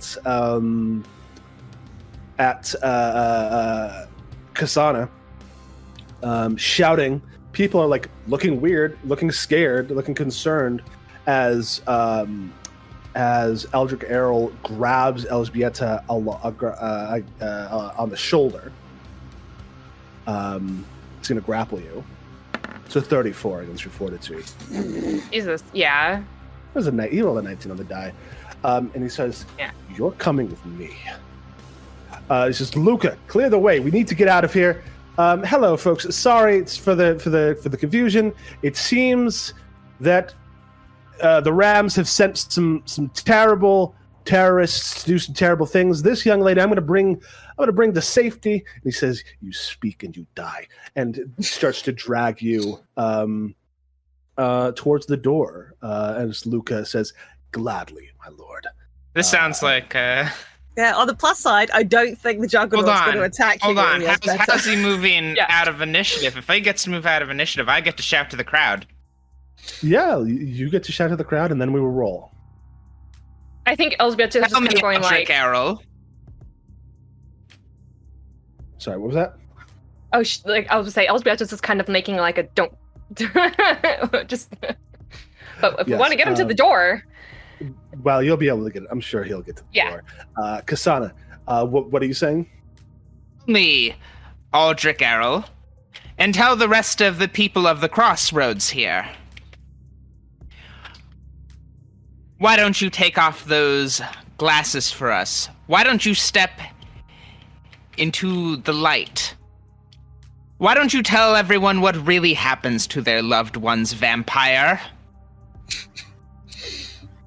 And he like looks at you and he says, "This woman is insane. Please move out of the way." And we will roll initiative, and we will, and some shit is gonna start popping off. This is not the full combat yet. Oh my god! Cool. Ooh. Question: What the thing I just did? Would I be able to roll deception, diplomacy, or intimidation for my initiative? He rolled a 1, and he hero pointing still that got a shit. 20. I'm hero pointing that thing. You can roll intimidation, absolutely. Cool. Yeah. That gives me a bonus, which is very important with this big guy. I'm gonna hero point this also. Going up. Wow, some really bad rolls. Garbage. Yeah. I did good, though. All right, I think they went pretty well. There we go. That's better. I don't seem to be able to select Mort's token directly. Bizarre. Did I not make him belong to the token?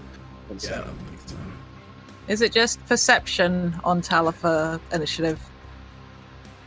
Oh, there it is. My apologies. Mm-hmm. 18 for Tala. There we go. And Cool. of course, the doctor's more ready than me with his fitness routine.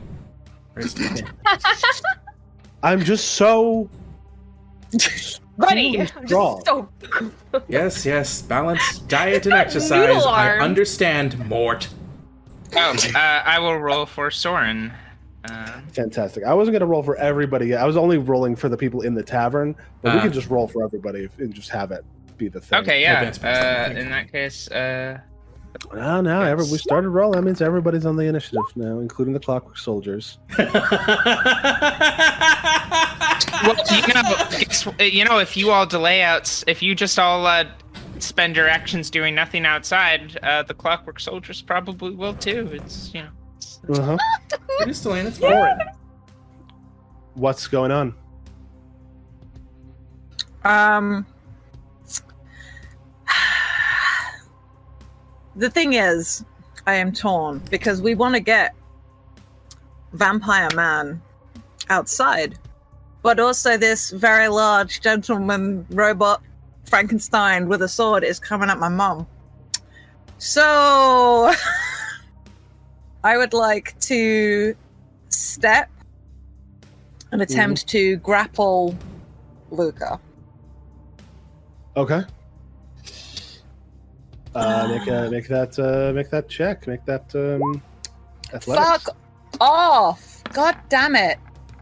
That is actually going to be a critical failure. I have no hero points. If somebody wants to give me a hero point, I would appreciate it. I'm gonna hold on to mine. I need mine. Can I give Orin a hero Yeah, point? you can use your reaction to do a heroic aid, which came, which was homebrewed by our own Bitmap Gregor in her cool new actions resource. Doing some work. Cool, I spend a reaction. You get my hero point. You can spend it as if it was your own. Well, it's not a critical fail, I hope. No, Jesus it's Christ. close, but it's not. So you like go to grab Luca, and he just smacks your hand away. And he says, "Get your hand off me!" Okay, I pull my. I'll do an interact to pull my scythe out. Just like, no, I don't think I will. He just looks at you, angry. ELŽBIETA, that is your turn. I'll just I'll let myself be dragged. Cool. And I'll just kind of like, do you oh want to no. move with him? Do you want to like move? Yes. Use your Yeah, movement I'll- to move on? Yeah, so Cool. she's not gonna be putting up a fight, but I mean, she's gonna like do like maybe like a tiny little struggle, but not trying to. Cool. So he'll be able to Get move away. at his full speed on his turn. Yeah. KSANA, that's you. Sana would like to move up to the tavern and then leap onto it, Onto the bar. onto the counter. Cool. So she leaps up onto the counter, and she is going to. Flying kick. She's not gonna flying. Not a No, minute.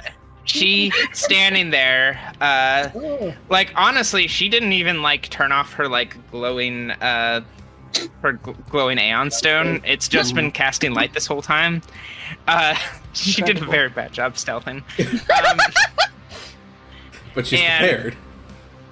And she looks out amongst the people and shouts, "You've all heard the rumors. Did you know that he uses a machine to imitate your loved one's writing? All of them have remained in his mansion as experiments. Isn't it curious how he takes the brightest minds of your loved ones and they are never seen again? Isn't it curious how he never reveals his eyes or never smiles too wide? Strange how he's so pale. Are you going to let him walk out here with an innocent individual again?" Cool. Make me your diplomacy check. That's my mom. Cool. It's a 31. Fuck yeah! Which, because you reduce the DC, is a critical success. Yeah, mom. Fucking fantastic. Cool. So that's going to be, you're whipping these people into a frenzy. They start to be like, hey, yeah, wait, what? And we'll handle that on his turn, which, if everyone else is, Clockwork Soldiers aren't doing anything yet, they haven't been activated. Soren is going to hunker down. Soren is actually going to hunker right here, and I'm going to, someone roll perception for Soren. Absolutely.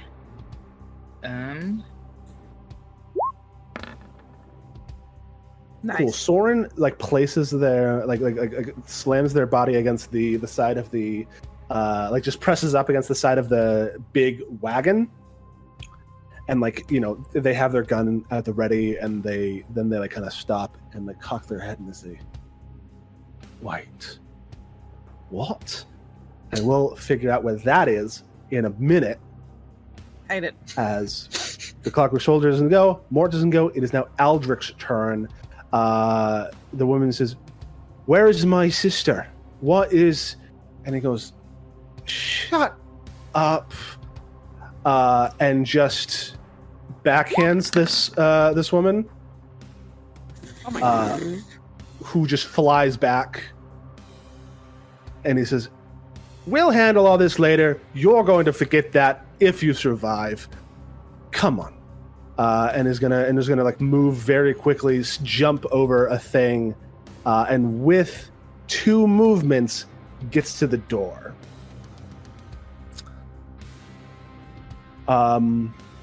Which means on APRICUS' turn you'll be able to activate the cloud break. Nice. But before then, it is Luka Bogdanov's turn. This woman is also dying because he did 20 damage to her, and she is like a level 0 villager. Jesus Christ. Yeah, this is the special ability back. I say. FYI. Still very Good name. proud of that. Luka grabs his greatsword, his what would be his Zweihander, but in his supercharged robotic arm is a Einhander. Pulls it and he says, "You know, I'm gonna fucking enjoy this." And he swings on Orin and misses. Rolls a nat 1. Slams it down. Orin, you step aside. This 19. huge furrow of burned wood appears as he blasts a hole in the wall in the ground, and then back swings it. That does it. That does hit. Orin, you take 13 damage, 11 slashing, and 2 electricity as he whips it around. Next is Tala. Is going to follow Soren's lead, I think, and is going to move to this side of the horse's carriage, and is going to ready a spell. Cool. We'll ready.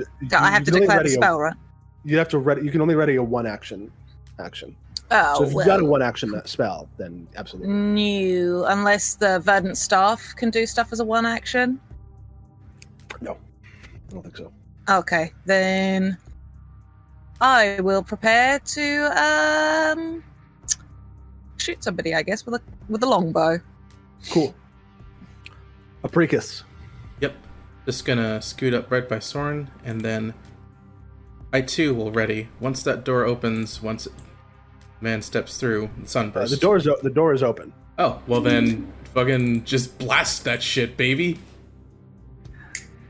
Precus the Luminary spreads his arms wide, faces towards the sky, and with a single snap. Let that be some. That timed so well with the music. too. Yeah, right. There be light. APRICUS, you just twist off the thing that is that is like the aperture of the thing. You like twist it as it like opens and then focuses into a single beam of pure white light that fires straight up into the sky. It's the sky, of course, is far away. It like reduces to a pinpoint in the sky as it shoots up and then hits the clouds, and there is a burning of the mystic cursed cloud cover that darkens this land. It's noon, friends. It's Midday. high noon. The sun is at its peak as a Not that good. hole appears in the clouds, and behind it, incandescent, the brightest thing that anybody has ever seen, the sun, the real sun, yellow and hot and beautiful flares down. Pardon me. The sound of it Into- landing. The ground in front of the raucous stoat. It streams out. Elżbieta, you see Aldrich Errol silhouetted against the light of this burning globe as he goes, Gah! And sizzles. He is blinded for a moment and tears off his night glass. Whoops, wrong button. Revealing blood red eyes. As he looks like a backs up vampire. and says, and the round 2 begins, and he says, God damn it. Luca, kill them all. And that is where we go to break. Yes. God. And when we return, 10 minutes from now, we continue the fight, and we see just what it is that these men are made of. I'll see you in 10 minutes. See you in 10. Cheers, everybody.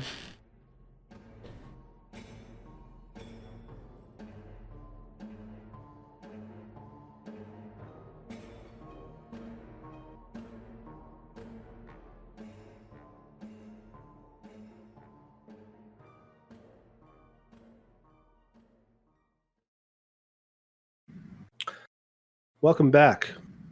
Round 2 has just begun. The vampire Aldrich Errol, he naturally, reflexively cringes from the light of the sun as his true self is revealed. He looks at Luka Bogdanov and says, Luka, kill everyone. We can start over. And then puts his fingers in his mouth and whistles. Soren kind of pulls away from the carriage as it shifts and moves. 4 little doors pop open on the top as 4 vampiric guardsmen, part of his personal guard, jump out, ready to slaughter anything in their view. Tala had an attack, She did. Ready? They did. so I'll just fire that off if I can. Wake up! Thank you, Roll20. Mm-hmm. It is a longbow, so it's going to be at a -2 because they're so close. Okay. Just take it off there. might Like be- that won't hit it. Unfortunately, not. Yeah, you fire your longbow up at this vampiric guardsman that has appeared, and unfortunately, does not do it. Let me roll for these 2 pairs. Yeah, these guys look like they are a much tougher version of the guardsmen that you fought throughout this campaign. Understood. Yeah, but we started at the top of the initiative order with ORIN, NÄTTSKU. All right. I'm going to attempt to strike at Luca with my scythe. Cool. That's a 25 to hit. A 25 just hits Luca. Not raging, so it's just the slashing. Not raging, just the slashing damage. He takes, your scythe is not adamantine, so he takes 15 slashing damage. I'll call over my shoulder. I just like adamantine, and then I am going to, because of the duality of ORIN, I'm going to use Doctor's Visitation and go up to that woman that just got backhanded and immediately do a battle medicine. Cool. I feel like I'm playing Neo Tui again. Yeah, this is a little bit more hardcore. And that's a 26 on the medicine Yeah, check. you're able to stabilize her. She is no longer dying.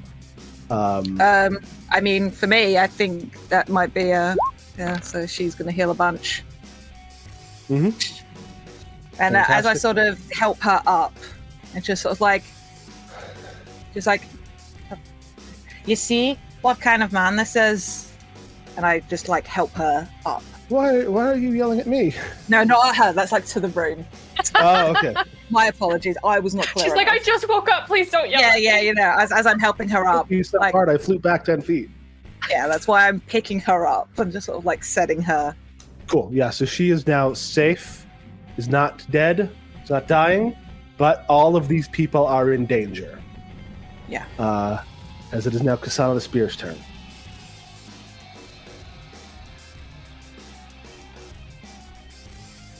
What is he? I would like to determine what has been done to Luka Bogdanov. Cool. Make a perception check. Totally. Not too bad at those. That's really good. He is alive. He is a cyborg. He is not undead. All right. Good to know.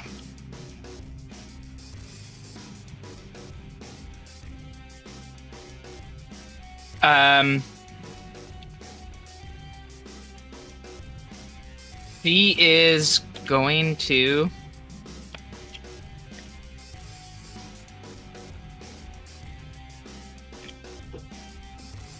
geez. All right.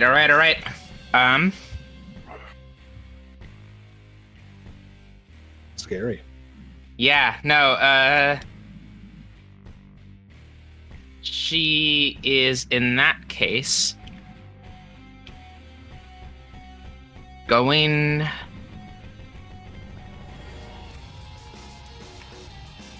to step forward and ready an action, I guess. Cool. Yeah, she's going to ready an attack action because Sweet. he looks like he's most mad at me, right? Oh yeah. He's Okay, cool. He is being forced to kill everybody here, but he's going to kill you first. Cool. ELżBIETA, that is you. Yeah, so she is I don't think I can break out of his grasp. I'm very tiny. But basically what she's gonna start doing is now actually struggling against him and just being like, why didn't you tell everyone what you did to my mother and to all those people that you keep taking in? And just being like, trying to break free now. Cool. Make an escape check. That's either an athletics, an acrobatics, or an unarmed attack. Well, the acrobatics is slightly better. I have no idea what my unarmed attack would actually end up being. What is it? My unarmed attack. I am technically expert in it. Maybe 12. Well, let's do an unarmed strike against this man. Cool. Nope. That is not going to do it. Nope. As you pull, and he says, Just uselessly "Girl, I don't know your mother. I just know your father." that makes her stop. Cool. Next is the Clockwork Soldiers, which activates. Okay, Uncle Errol. One of them, seeing the machine and seeing the people around it, is going to move over at a speed of just 25 feet. Spends its whole turn getting over here. Looks like it might be working, trying to destroy, about to destroy the machine or destroy one of you. Yep. Worrisome. But it is Soren Sitar's turn. So, Oh, and Satar could have used 10 paces as well. yeah, Soren Satar uses 10 paces. Just retroactive. Yeah, and did in fact use that to do all of that stuff. Could they step 10 feet as a free action? Yeah. This we're effectively now. Soren has rolled initiative. We just rolled a little earlier. All right, so Soren's gonna step out here, and I think is going to do a shot at this big clockwork. Cool, sweet. They're like, oi, the bag of bolts. Don't look at that. Look at me. Fortunately, Oh.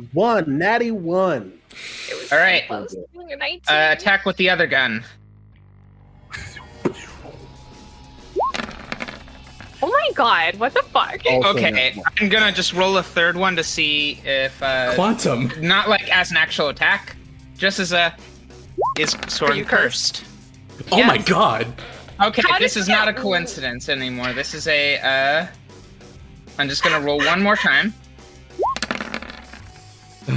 There we go. Okay, so it's not actually broken. Cool. So Soren spends their third action moving and doing a running reload. Cool. Soren, yeah, it just they kind of plink. They're like glancing shots as they kind of like hop around. Like, come on. Fuck. As the second clockwork soldier shoves its way inside. Oh no! It is going to no, it's not going to fuck. It's not going to touch ELŽBIETA. It is going to, let's see. Okay, Disco, right spot. 25. That's one movement. Moves up and swings its big sword at you. Okay. At KSANA. That is just a hit. Just to hit you like 16 piercing damage as its integrated blade shoots out at you. Hey. Cool. Now it's I guess all the vampiric guardsmen are going to go all in a row. So they're going to go and jump down. This thing I can put at the bottom. The two of them are going to go and attack APRICUS. Oh. Well, at least I saw the sun before I go. Oh no! All All the healing people are inside. Stab. That's a miss from one. The second one misses, and the final one hits. Finally. 12 piercing damage. Yeah, as you are just being just jabbed at by these guys. The second two attack Tala. Okay. First attack Miss. misses on Tala. Second attack misses. The second guy attacks first. So they are flanking the two of you, just stabbing at you wildly with their hooked spears as you were like blocking Tala. You've got like your bow out and like slamming them away. Mhm. Mort looks for a second at all of the destruction and like the power of this, and it kind of blinks. And APRICUS, you see him wavering because it's like this is a pretty overwhelming odds.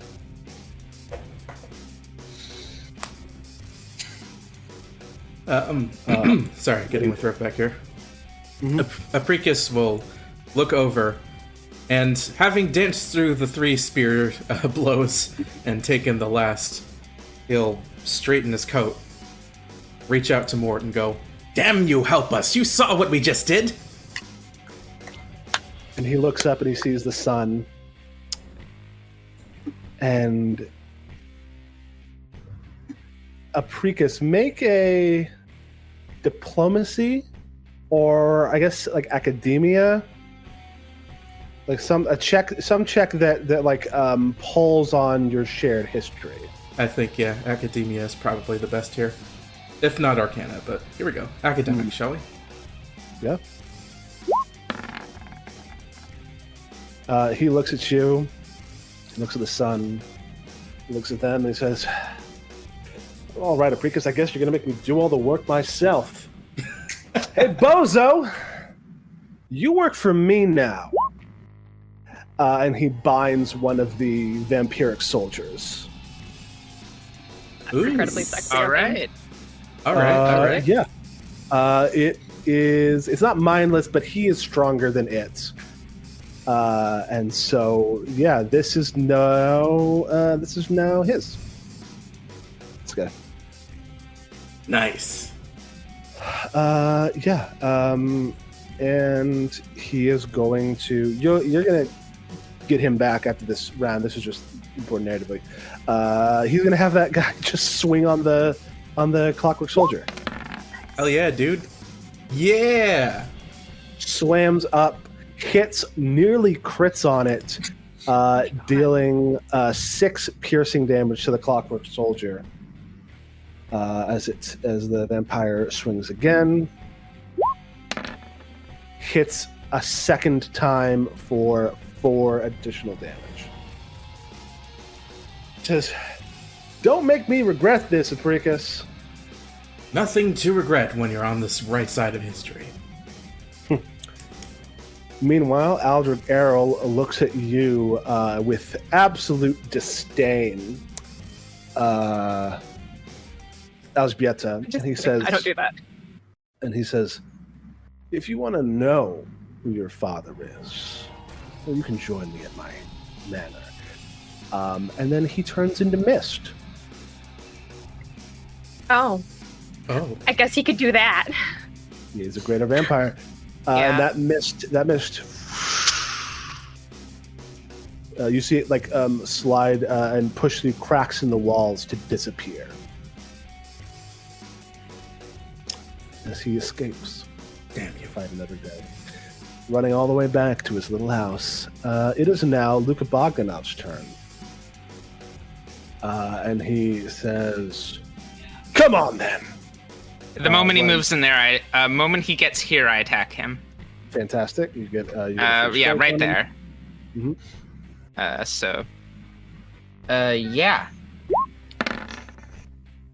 The 20 is not going to hit, unfortunately. Also, everybody get a hero point for the I whole spend scene. that hero point right now. Okay. So close. Just misses. As he just slams his iron hander into the haft of your spear and your his arm and throws away, and then just hucks the blade up to strike into your midsection. That hits. It's gonna be different this time. That's 16 damage, and then he, with his final action, whips around and does it again. Missing the second time as you jump over the sword blade. Tala, that's you. I am going to sort of duck down and cast Electric Arc on the 2 vampires either side of me. Cool. Unfortunately, these guys do have attack of opportunity. They're both going to attack. Because it's manipulate, isn't it? It's manipulate, yeah. Fuck. That's why I didn't move. One miss, 2 misses. Sweet. So yeah, you duck, arc them both. They make reflex saves. Mhm. 1 failure, 2 critical failure. Alrighty. It's fucking sick. So one of them takes 8, and the other one takes 16, which And- really, these guys these are vampires, so they're tougher than a normal guy. But that's still 16 damage. Still bloodies with this guy. Cool. And then with my third action, I will sort of roll backwards and then pop back up to standing back to the wall. Hell yeah. APRICUS, the Luminary, bringer of the sun. Yeah. Yeah! You I'm see what putting- that boy did? I'm putting that shit into the Woo! title, baby. Ain't gonna lose out on that. Yeah, APRICUS will just take a step back now that this one's his buddy. Temporarily. Cool. And actually, no, I will do this in a different order. First things first, he's gonna whip out a shocking grasp against the one that just swung on him. Fantastic. 27 hits. He is wearing metal, so he is getting that persistent damage, and he takes 19 electricity. You just grab him. This guy is bloodied immediately, is in a bad spot, and is taking persistent electrical damage. And as he does that, he turns over to Mort and says, I think you'll appreciate this one. Clear! You know me so well, Apricius. And then he will take the step back. Fucking sick. Hell yeah. Round 3 begins. ORIN, NÄTTSKU, that's you. Alrighty, let's get back in the mix. I will stride. I will rage. And I will swing. Oh, yeah. 31. 31 will hit. Still not raging. You're still not raging? You're not raging? Not yet. I haven't had the chance to yet. And I needed to get over here. I thought you just said you were Did I raging. just- Does Orin I was actually raging. move right here? Yes. That's my question. Let me check Stride, that enough. rage, and then... Yes. Yes. No, I can't get to that square. I don't have enough movement. You can get to that square, but you can get to that one. Yeah. Yes. I will hang fire on the rage and do a step, and then so I can get into flanking. Cool. Luca takes 6 slashing damage. Sweet. That's me. Fantastic. KSANA the Spear, that is you. She leans down. It's good to see you're still alive, Luca. But you work for a vampire, and you've accepted an order to kill all of these innocent people. Perhaps you don't deserve that life anymore. And she touches his head, and casts Vampiric Touch on it. Cool. Dial. DC 27 saving throw. A DC 21. 21, yeah. Luca. We're not that high level. 25. Luca succeeds, so he's going to take half damage. 13. Right? Yeah, that's... All right, and I get 6 temporary HP. Takes 13. He goes, And with that, I siphon all of that energy back into me. As additional negative damage, I'm going to do if this Geisharm attack hits. I spend a fucking hero point. Good God. Jesus! My apologies for the cursing. 21 will also miss. Even with the flat-footed? Yeah, his AC is 25. God. How? If this happens again to the Soren, I'll just be suspicious. I'll tell you. You leveled the fuck up when he got turned into a cyborg. He's RoboCop. That's not my problem. Look at all these. As his blade okay. flashes up All right. and stops, and he says, "It's unsavory work. I can't deny that. But orders are orders." And you see those glyphs on the side of his head are sparking. ELŽBIETA, that's you. Yeah, I'd like to do a clockwork roll against the big clockwork man and see if I can start turning it off. Sure. Do you want to give me? Do you want to use that as? Do you have known weakness? Do you want to use that as part of a devised stratagem, or do you want to just roll the occult knowledge?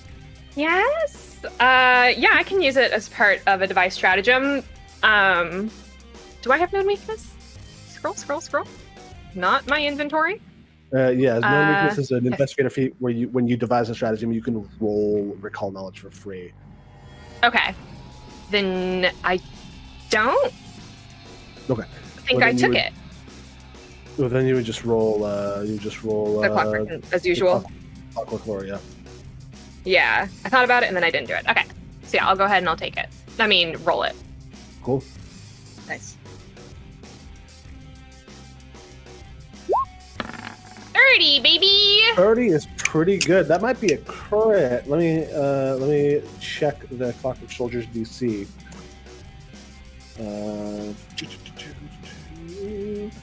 That is a crit.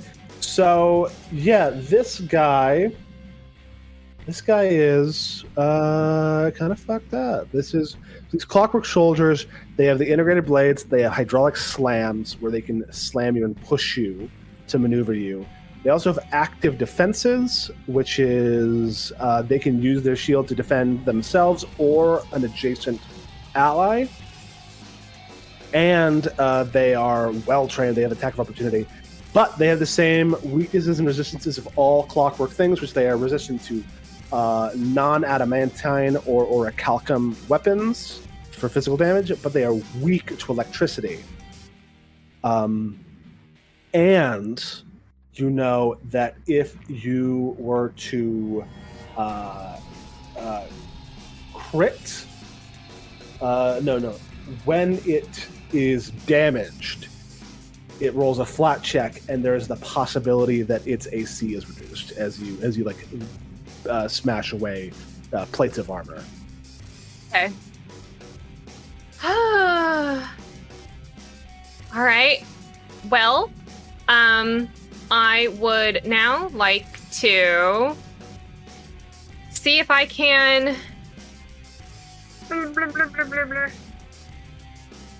I guess devise stratagem against it and try to hit it. Sure, absolutely. Roll device stratagem. Okay. I didn't set this one up for my sparking short sword, so. Well, you use your short sword. Oh, well, it has electricity. It so does? if I hit, then I get You electricity. would also have to close with it with an action. Yes. I know. Which you only have 2 left. Oh, because drawing and attacking. Yeah, and recalling knowledge. Right, yeah. Recalling knowledge was 1, or was it 2? Recall knowledge is 1. Okay. Okay, then maybe I'll just use my musket. Cool. Just to... Then in which case, now I have this button. Do you have the button? Didn't do good. No. That's So it was a not 17 total, so it's not going to hit. So in which case, she'll kind of like draw a bead on it and then just be like, not going to work, and then turn around and poke. Well, I'm going to test to see if the sun hurts me any. And like, does it? If I step into the sun, does it hurt me? No, it just feels nice on your skin. Okay, cool. Then in which case, I'm gonna kind of like move to stand right in the doorway so I can aim at both vampires and the clockwork guy for now. Hell yeah. Next is the clockwork soldier, which swings down a integrated blade into the vampire guard that just stabbed it.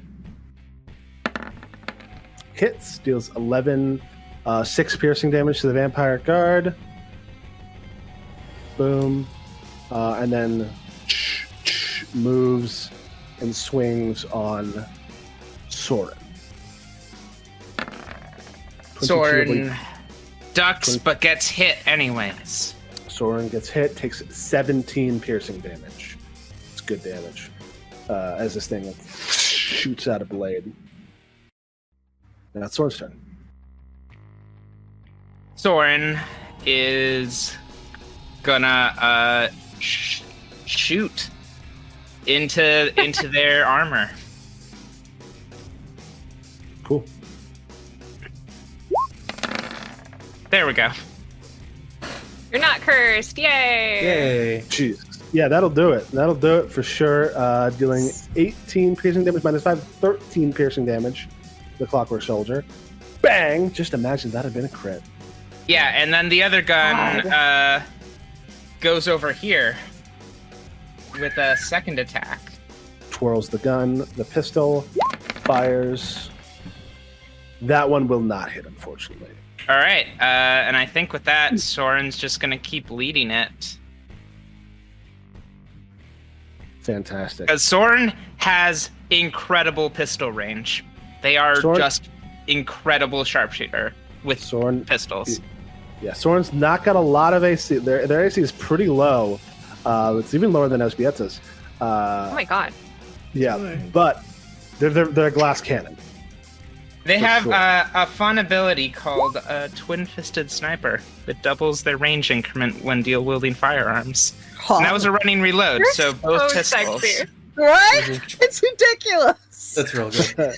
I'm so. Yeah, Elżbieta, you like poke your head out. You see Soren kind of a little like bloody, was stabbed just a moment ago, but looks over at you and grins, and the kind of pearlescent sheen on their teeth like just shimmers in the noonday sun. In the sunlight, they're like the literal like anime sparkle.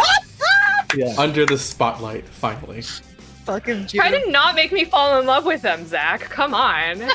I don't control you. It's the clock on the shoulder. It's going to step and then rear back its hydraulic slam, which fires into KSANA and misses.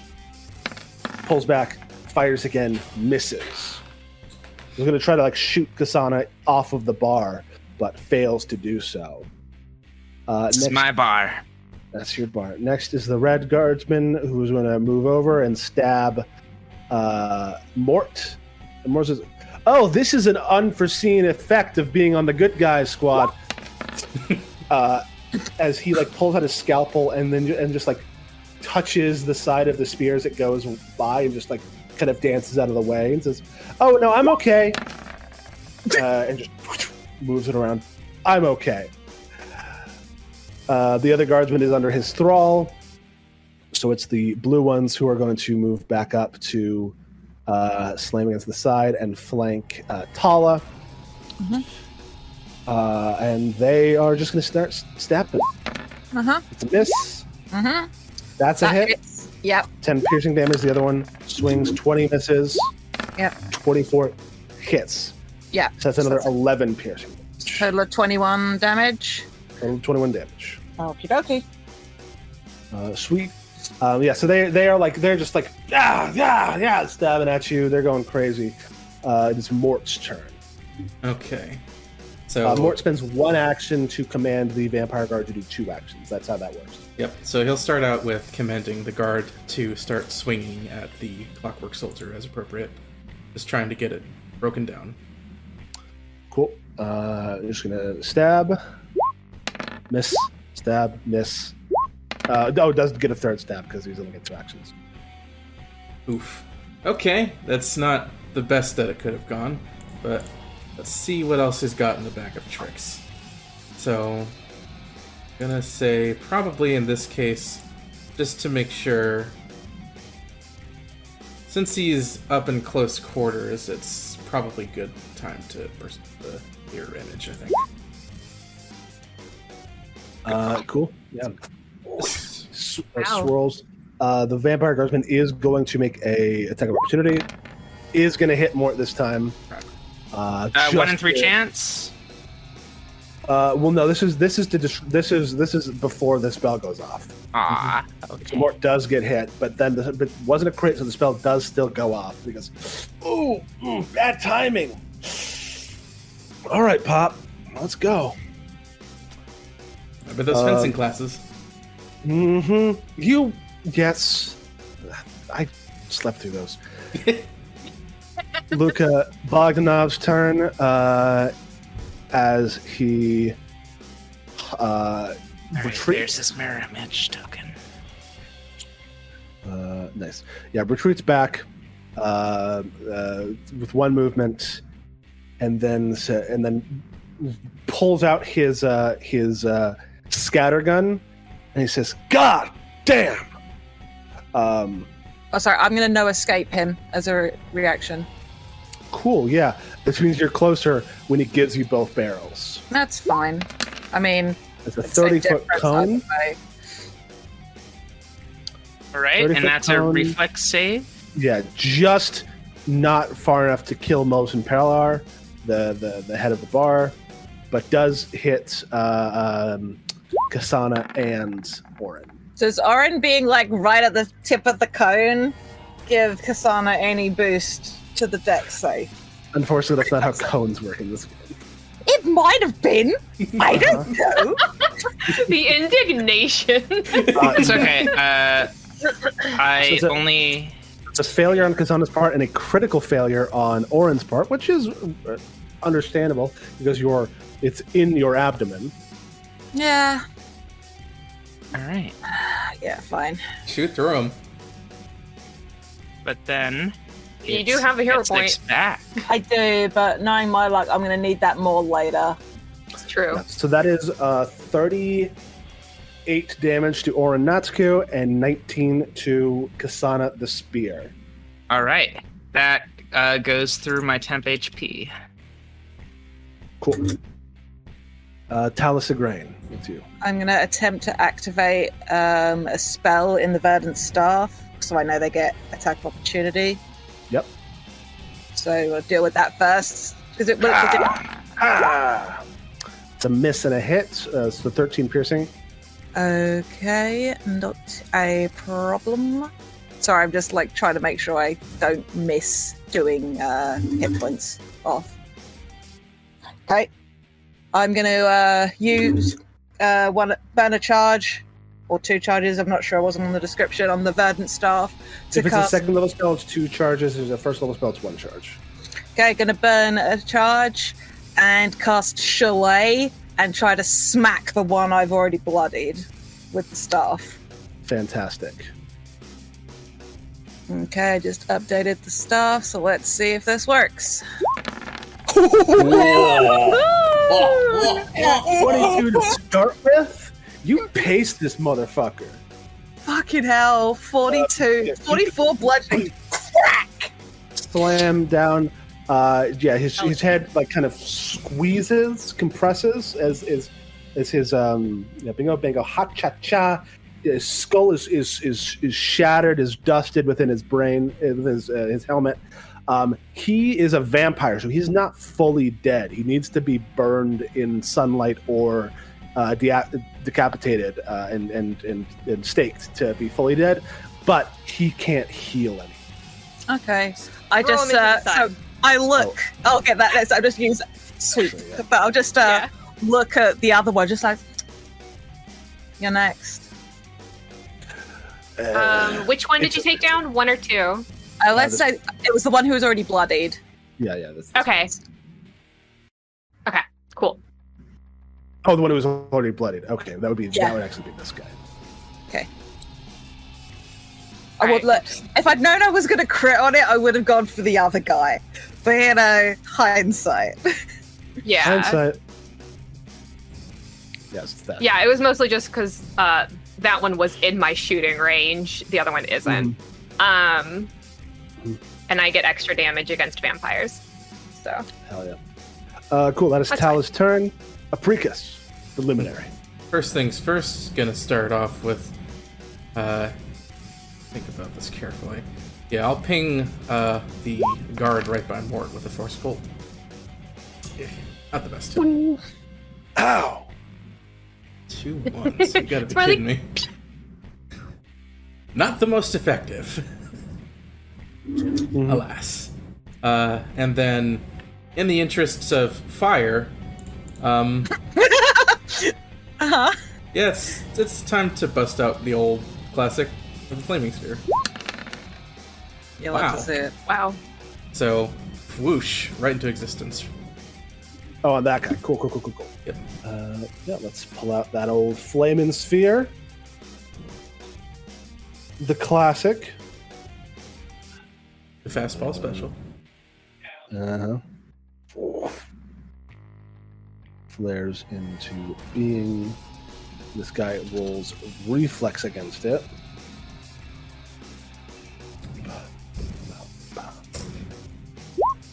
Failing, taking the 8 damage. Nice. That guy's looking rough. He healed. They heal at the beginning of each of their turns. So he is still up. That would have actually taken him out if it had happened before he'd healed. But Did the he persistent is- electric damage help at all in that? It hadn't gotten applied last turn, but now it has. I just applied it retroactively. Yes, he is so close, and he is still taking it. So there's a good chance he's down next turn, but not a perfect one because he will regenerate a little bit before then. Yep. Sick. Round 4, ORIN. Now I go into a rage All right. and take a swing. 33.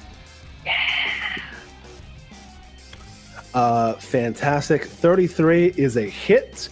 Were he flat-footed, it would be a crit. Good to know. He takes 5 slashing damage and the 3 negative damage. Ugh. Come on, is that the best you've got? Not even started. Cool. Do you have an action left? Oh no, Ray. Oh wait, yes I do. Sorry, I'm so used to playing characters with like double attack. Mhm. Let's swing again. So many blades of justice. Oh, 20 there we go. also hits. There we go. Another 13 damage. 18 damage. Because it's he's got resistance 5. Understood. Sweet, Cool. sweet. Yeah, he's starting to look a little roughed up. You see, like some of those veins are leaking that glimmering blue liquid. Mm-hmm. KSANA, that is you. KSANA is going to. You're beat up. I am, and KSANA reaches in and lays hands on herself, Oh yeah. regaining 18 hit points. And then she points. That will proc the attack of opportunity of the Clockwork Soldier. I figured if it had it, there's no way to get out of it. Yeah. So I do take 13. Take 13 Jeez. back, so you heal 5 damage. All right, and then she is going to point to ELŞBIETA and to ORIN, and both of them get lifelinked. Oh my god. Woman. Oh my god. ORIN gets hit points back. ELŞBIETA does not. I also, yeah, it's fine. I also didn't take any damage so far. Yeah. So, though that is 2 actions, and then KSANA raises a shield of light around herself. Cool. ELŽBIETA, that is you. I am gonna pull out one of my little clockwork pixies that I've got, and I guess I'm gonna chuck it at the big guy, and have Cool. it Yeah, do. you can throw it like around here. Yeah. So then I'm gonna go ahead. One action to do that. Another action to make it go and electrocute and go. Also, the action that you spend to summon it, you can use to command it for the first round. Cool. So I can just click on this. Yeah. Galvanic Bolt. Good roll. That will hit, dealing 13 electric damage. Woo! It goes like. And then. It rolls the flat check. Yeah. Succeeds. Its armor is fine. Okay. And then I am also going to just see if I can hit it. Cool. 21? 21 will not connect. Okay. Man, that would have been good damage too. All right. Mhm. So then I'll just kind of like just try to look, not working, and then I will.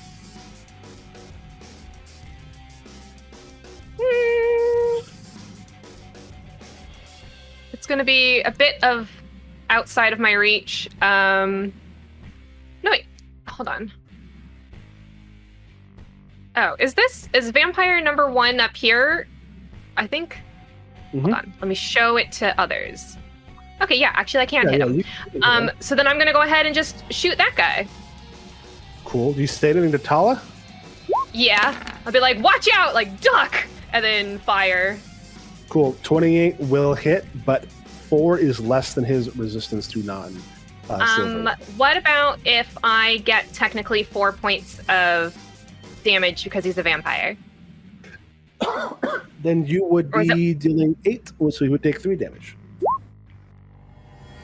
So my knowledge of my own not quite living anatomy combined with my experience in combat helps you take down undead foes with ease. Against undead creatures, you gain a circumstance bonus to damage with weapons and unarmed attacks equal to the number of weapon damage dice for the strike. Oh, so this would only be 2. But it's doubled against. Oh, it's because it's double, because it's against vampires. Yeah. So yes. Yeah. It's 4 So extra he- damage points. 4 extra damage, which takes it up to 8, which means that he takes 3 of that. Cool. Sick. And then Next so is- then I'll shout it out to Tala, and so they'll get him to be flat-footed. Oh, Thank you. fantastic! From Shared Stratagem.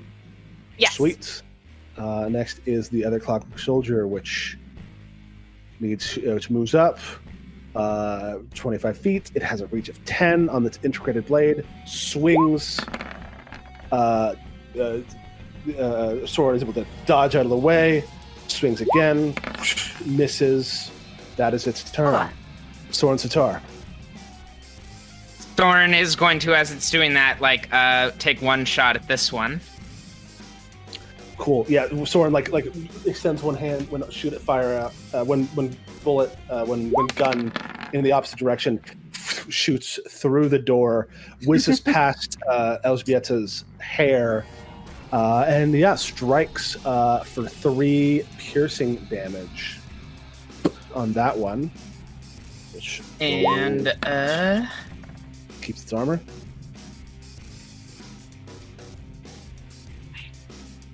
and then this is going to be an assisting shot against this one. Cool. So let's see if that hits. 23 on the Clockwork Soldier does hit. All right, so 10 damage. all right, it takes that damage, and the next creature other than them that attacks it before his next turn gains a +1 bonus to their roll. Hell yeah. And he's just gonna There. kind of get in this direction, I guess, as he reloads. And you were worried you weren't going to get out of this. No, I'm worried you're not going to get out of this. That's a smarter concern. As the next Clockwork Soldier goes up, it's going to thump a hydraulic press into KSANA, missing. Then it steps and swings on. Actually, it can stride and swings on ORIN. Mm-hmm. 31. Jesus. Yeah, that's that hit. Let me check if this is already deducting because of my rage. I will Yes. say also, do you have a deny advantage yet? Yes. Does that work on creatures of your level? Your level or lower. Cool. So you are not flanked by the Clockwork Soldier. Thank fuck. Also, level. you take 5 less of that damage than you expected, Jesus. as KSANA takes that 5 damage. Uh-huh. Okay, yeah, so it's not a crit even with my minus from raging. Yeah. Which Close, is what I but wanted not to quite. check. Yeah. Yeah, and make sure you take it at a temp first. Okay. So you take 6 Six. damage, Yeah, no problem. and that's the Clockwork Soldier. Next is the Vampiric Guardsman, who heals 5 hit points, and then keeps stabbing into the body of Lord Paxton. Hits, Oh, buddy. misses, and misses. More takes Love an another NPC. piercing. Oh, he's fine. Ow! Oh, Not if you Yeah. ask him. He's listen, amazing. friend, you know what? I'm not going to give you notes because that will just make you hurt me better. But I just know that the organs you're trying to pierce are in a different place. Thank goodness for your robust placement of guts, Dr. Paxton. Yes. It takes the D4 of persistent electrical damage. Let's shock it. Does the Clockwork Soldier that I hit with the pixie take persistent damage? No, this was from Right, but I meant previously. Before it went after Orin. no. KSANA. Why would it? I hit it with electricity. Yes, I don't know why I this- said it like that. No, the persistent electric damage that this guardsman is taking is from shocking grasp. Right. It's not a normal. That's not a thing that it usually does. It just takes additional damage from electricity. Okay. Cool. And then he's going to roll. He's going to see if he's going to continue taking that damage. And he is. Cool. Next is the other one who heals 5 hit points and is almost up to full. As it stabs forth into Tala.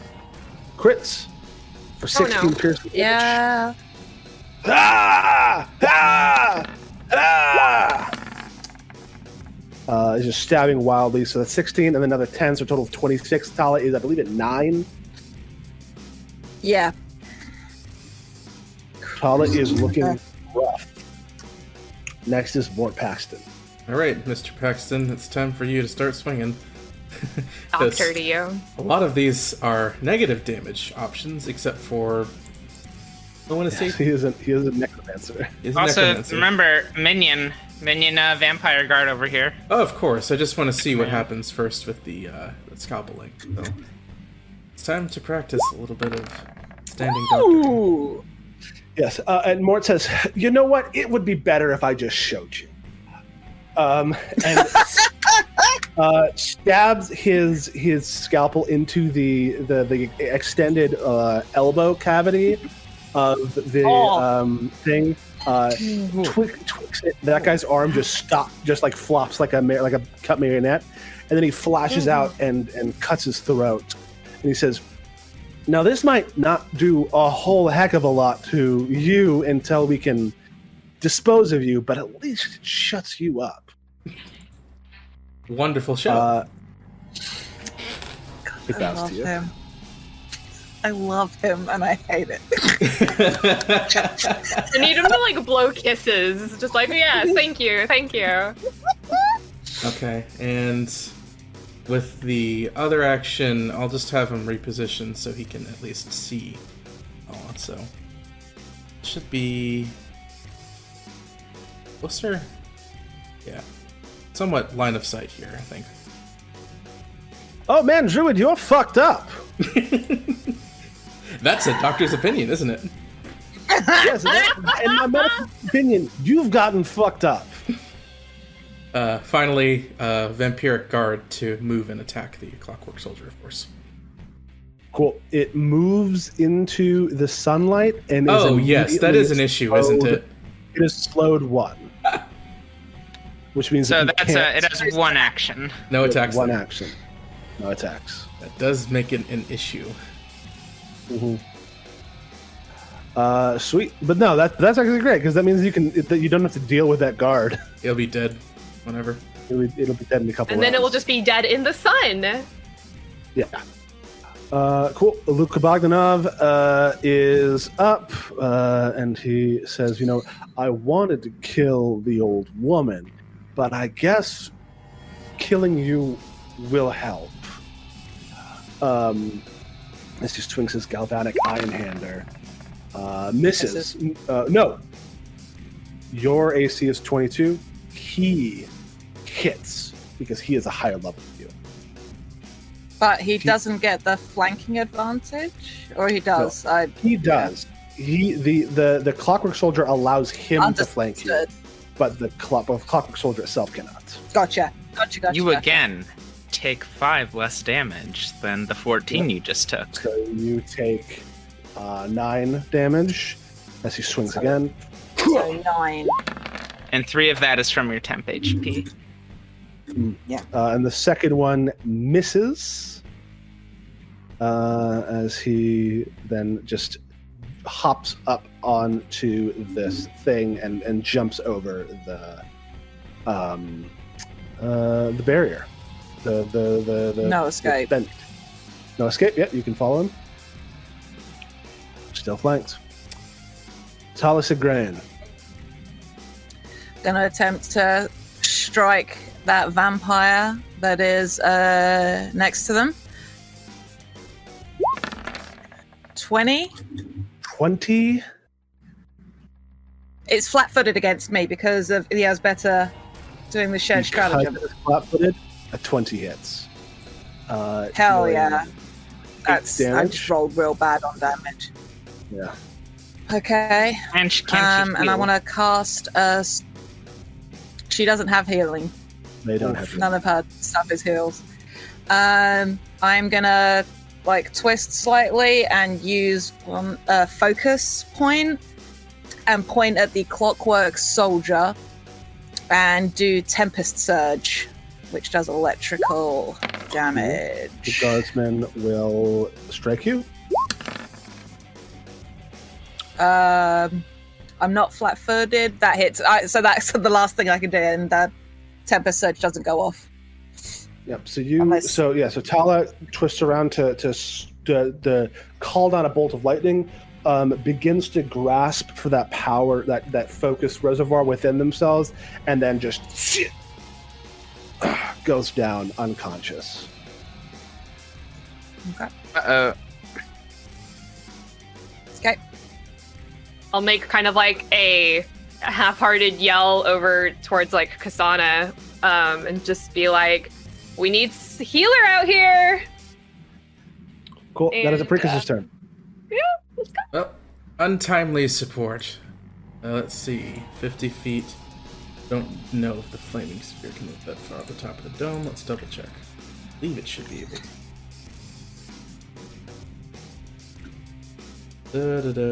Sustain, leaving it. It's rolling to another square within range, which is within 30 feet. So, just barely out. Alright.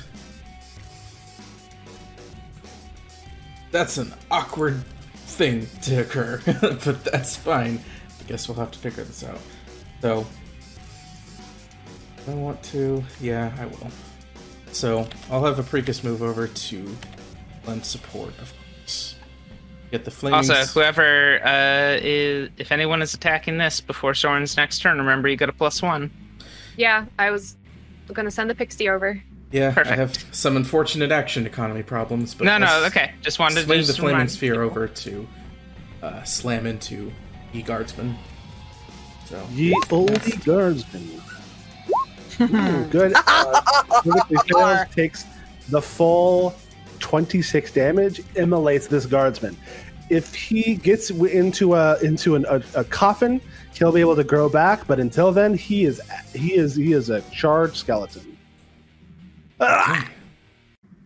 All right. Well, Wonderful. that And then- lets me know what that eliminates one thing for me to do. Gotta go. Yeah, Mhm. good stuff. And then Good stuff. turn around Because you towards feel the sun of the light of the sun on your skin. It's wonderful, actually. It's beautiful. Battle He's just seems like, to stop for a moment for him as he just sort of contemplates that being a thing. Basks. But brings enough presence of mind back to the fore to at least bring up a shield. Fantastic. Orin, that is you.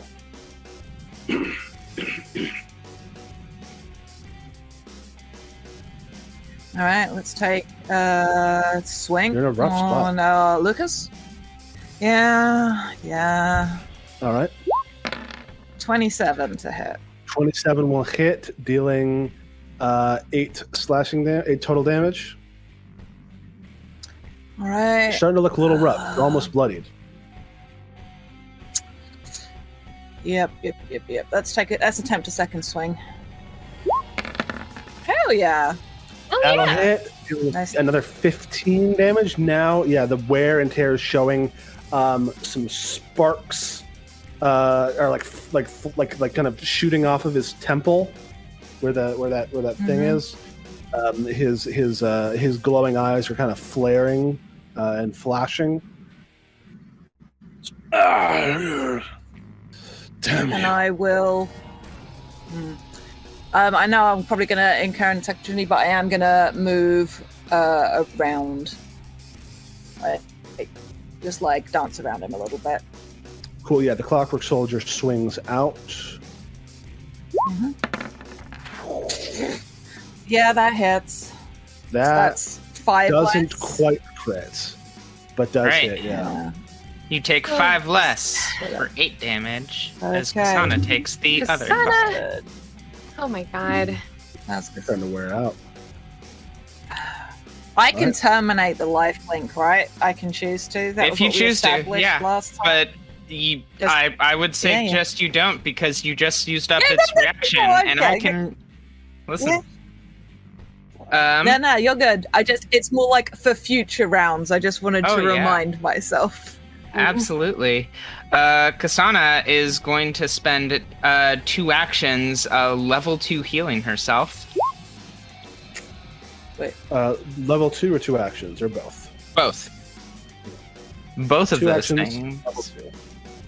Actually, let's do 2 action level 3. Cool. You were really low. Oh my yeah, God. so that's that is 9 plus 24. Yeah, so 35. To just to you? 33. Plus Yeah, this is 33. just a KSANA. And she is then going to siphon that energy. Actually, it wouldn't matter because that's a constructed creature. She spends her last action laying hands on herself and getting an additional 18 back. Cool. You're like Nice. almost up to full. Yeah, because I'm the HP pool that y'all draw from, so you can get hit more. This is brutal. Appreciate it. This is. Oh yeah. Yeah. Listen. Why do you think there's 3 NPCs here? Yeah, no, listen, this is how So it goes. KSANA can get life leached. This is this. If we were doing experience for this, like XP, this is a 240 XP encounter. Hell yeah. Oh, Jesus. boy. That's 2 severe level encounters to smash together. Jesus Christ. Heck yeah. Even with the with 3 extra people, it's still above. It's still an extreme encounter. But Oh, you yeah, got no this. question. You got this. ELŽBIETA, Yeah. it's your turn. Yeah. I'm having. Whoop. Whoop. I'm trying to see. How far does the Pixie's galvanic bolt reach? I believe it's a 30-foot ranged attack. Yeah, 30-foot ranged attack. Okay, cool. So I'm gonna have it. Let's see. Well, I will. Well, I think I'll just hit the other soldier. So what I'm gonna go ahead and do is have it attack once on Luca and then once on the clockwork soldier. Cool. Yes. See if it hits. So yeah, first one against Luca. Critical, baby. Incredible. These things are like Well, I mean, level that's a nat 20. 1 little grunt loser. It only pixies. look at this. Look at this. It only did 1 on the D6. So, 1. I know, it's just so funny. So that's double. That's 6 plus 5. Yay. So Luca takes 11 electrical damage. He's like sparking. His arm is like twitching. You see like the wrist is rotating with the sword in it. He's having a bad Cool. time. Is it like that when what's his face from Quest for Camelot infuses the sword with his hand and it just kind of like rotates? Am I the only one that's seen Quest for Camelot? No idea what that is. Fuck, I'm old. So then I'm also going to go ahead and shoot at the clockwork soldier with the little pixie guy. 21. 21 just misses doesn't on the it? clockwork soldier. Oh, just misses. Okay. Gracie's 22. Okay, so its little bolt's going to go somewhere else.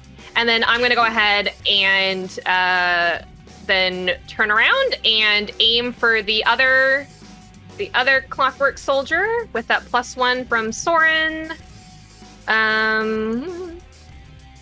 Let's see if this will hit. Yes. Oh. 24, great, dealing 22 bludgeoning damage, -5. Yes. Takes it down to 17. Look at that, 3 6s though. Appreciable. Yeah, that thing is Yeah. fucking rough. Still, its armor is still intact though. All right. And then I'm going to reload. Cool. Next is this clockwork soldier, who's going to ignore the little vampire that's about to burn to death and move up to keep Does attacking. it get Soren. reactions or does slow stop that? slow stops that, and it being a minion stops that too. Oh, good point. Good point. Clockwork Soldier swings on Soren, misses, swings a second time, misses. Like this whole like back bend to duck under the big sword. That's its turn. It's Soren Sitar.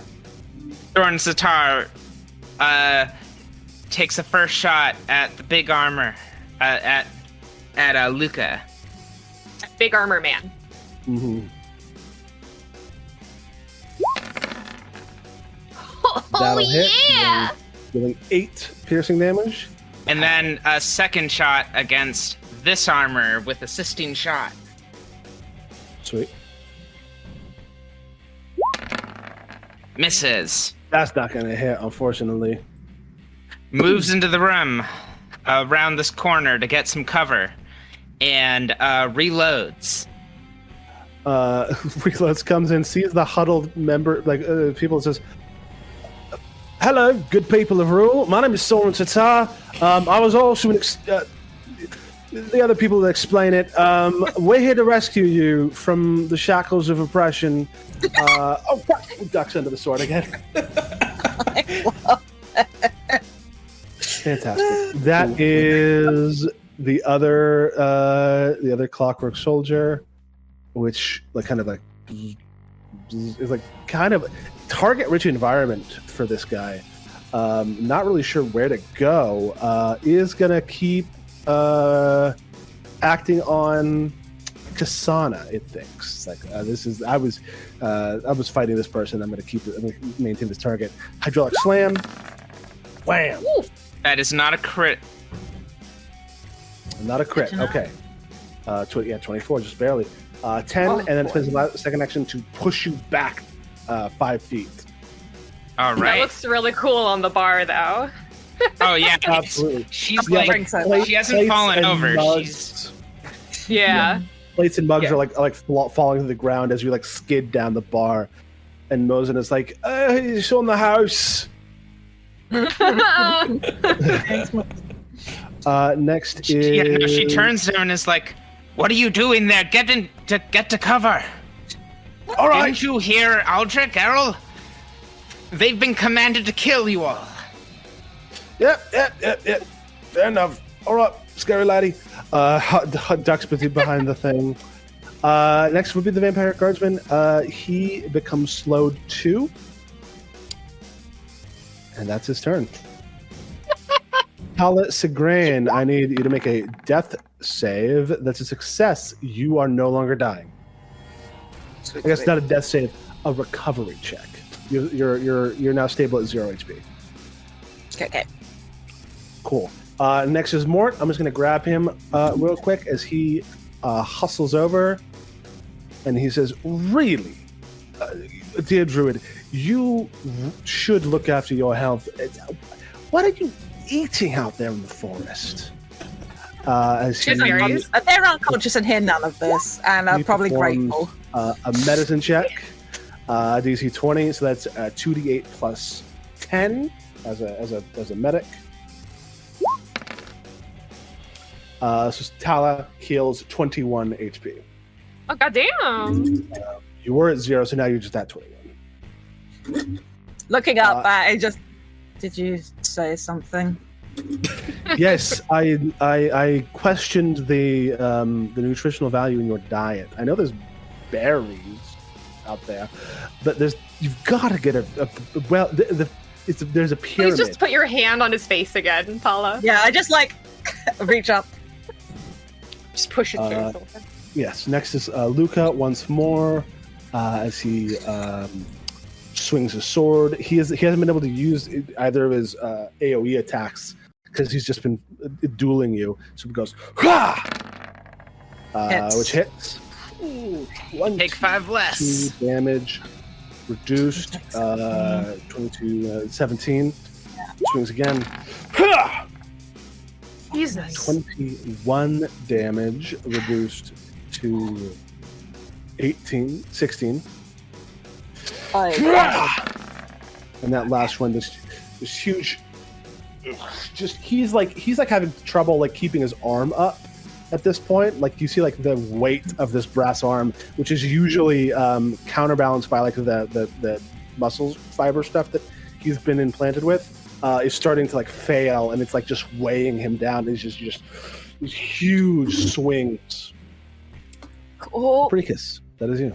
The cat. APRICUS, if you want to hit against that clockwork soldier, it'll be flat-footed for you. 'cause I didn't- Absolutely. Well within. So I'll sustain and roll the flaming sphere over here. Cool. That it's flat-footed. doesn't Doesn't affect that.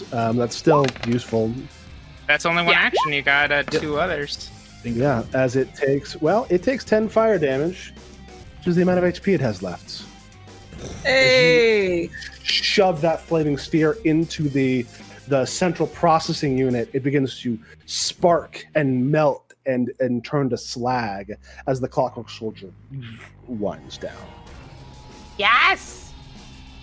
Well, that's business out here taken care of. Sort of going to move up to the door, giving the Empiric Guard just a peek over the shoulder as I get into position. Doing okay, buddy? Yeah. Burn to death, please. Mhm. Cool. Round 6. ORIN, NÄTTSKU, that's you. You're at 3 hit points. Yeah, the You're thing knocked is, down. if I try to do a battle medicine, he's got attack of opportunity as soon as I try to manipulate, so I'm better off trying to hit him. I got you. So, Gotcha. thanks, Mom. Yeah. Hoop. 26. 26 will hit, dealing 13 damage. Ugh, just these two, just big. He's like 2 inches taller since you last saw him because of all the metal and like other augmentations that have been shoved into his body. Just these two big giant warriors just slugging it out. That second one does not hit. I'll burn my hero point. Cool. And I think everyone probably should get a new one at this point in the combat, having surmounted so many of the threats. Thank you. Is that you just dig a bloody furrow through the ground to the floor of this.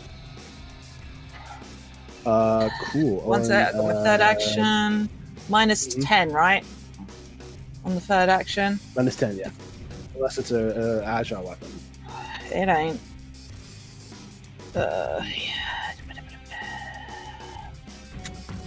I'll just swing again. Cool. Oh, 22 so close. would hit the other guy. Doesn't hit Luca. Just blocks it with just the metal of his arm. Yeah. Okay. Yeah. I didn't survive to get killed here. KSANA, that's you. KSANA is feeling these slashes like in her own body as she wells up healing energy and shoots it out at ORIN, which I believe gives this big guy an attack of opportunity. Yes. There's a clockwork soldier. There we go. Misses.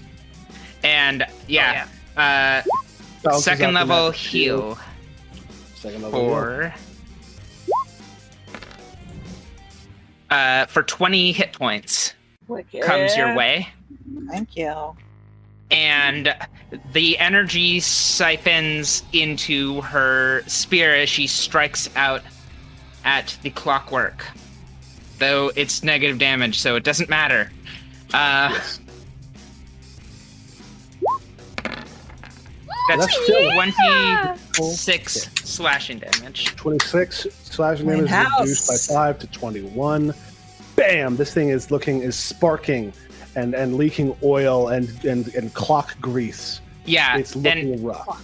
as she's doing this, she's shouting to Luca, "Get your hands off of my daughter! And also her friend!" What? Cool. ELŞBIETA, that is you.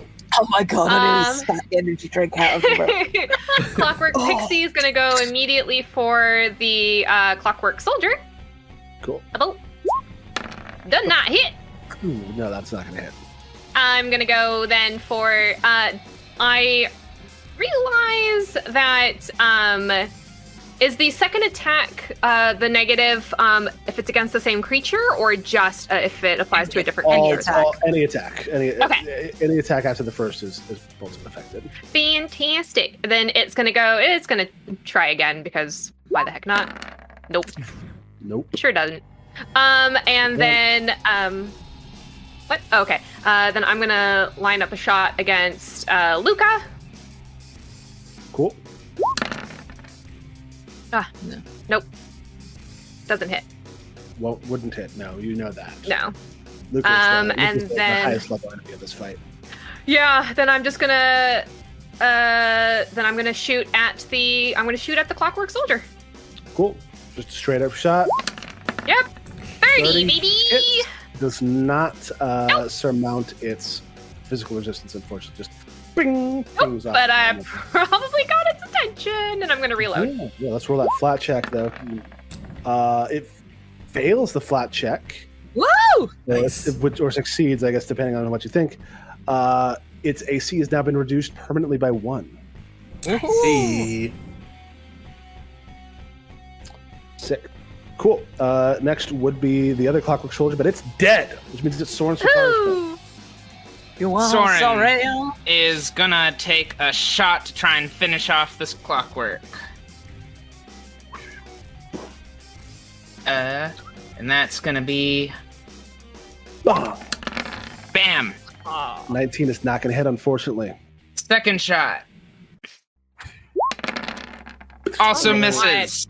19 does not hit, so Soren slides behind this bar stool as they reload. They can't all be winners, all right? Dropping your composure over there. But I'm used to having a bit more weight on. I'm not used to being this free and jumpy. With the scarf and the heavy coat and such. Anyway, it's the Clockwork Soldier's turn. It's gotten its attention, and KSANA, it doesn't really have the understanding of what healing magic is. Though no, you just crit on it, so it does keep going on KSANA. Big crit on it. Steps forward, slams its hydraulic press at KSANA. Miss. Swings it back. Second one hits. 11 bludgeoning. But it doesn't have enough actions left to turn you to throw you off the bar, so that's just the damage. Next, the Vampiric Guardsman, who gets slowed 3, loses all of his actions, and is destroyed, burning to death in the sunlight. Lovely. Bye. Talisa Gran, that's you. Stand up. Gonna walk forward, dragging the unconscious vampire soldier that's still a body just into the sunshine. So 1 action, 2 action, 1 action to stand up, 1 action to move. And just is gonna enjoy fucking sunlight for a moment. That's cold-blooded. So are vampires. No, I'm just kidding. It's nice, Thank isn't it? I say flat thank you. Whether that's for the healing or for the fact that he just described them as cold-blooded, who can say? Do they have line of sight into the bar? I don't think they do they? No. Well, they can see the line of sight, but they can see this side of the bar. Okay, then I'll move again to join over here, leaving the vampire body to. Cool. It is now Mort's turn. Doctor, can't keep those cadavers. Damn shame, Professor. Time first. Oh wait, did you ever get your doctorate? I got mine.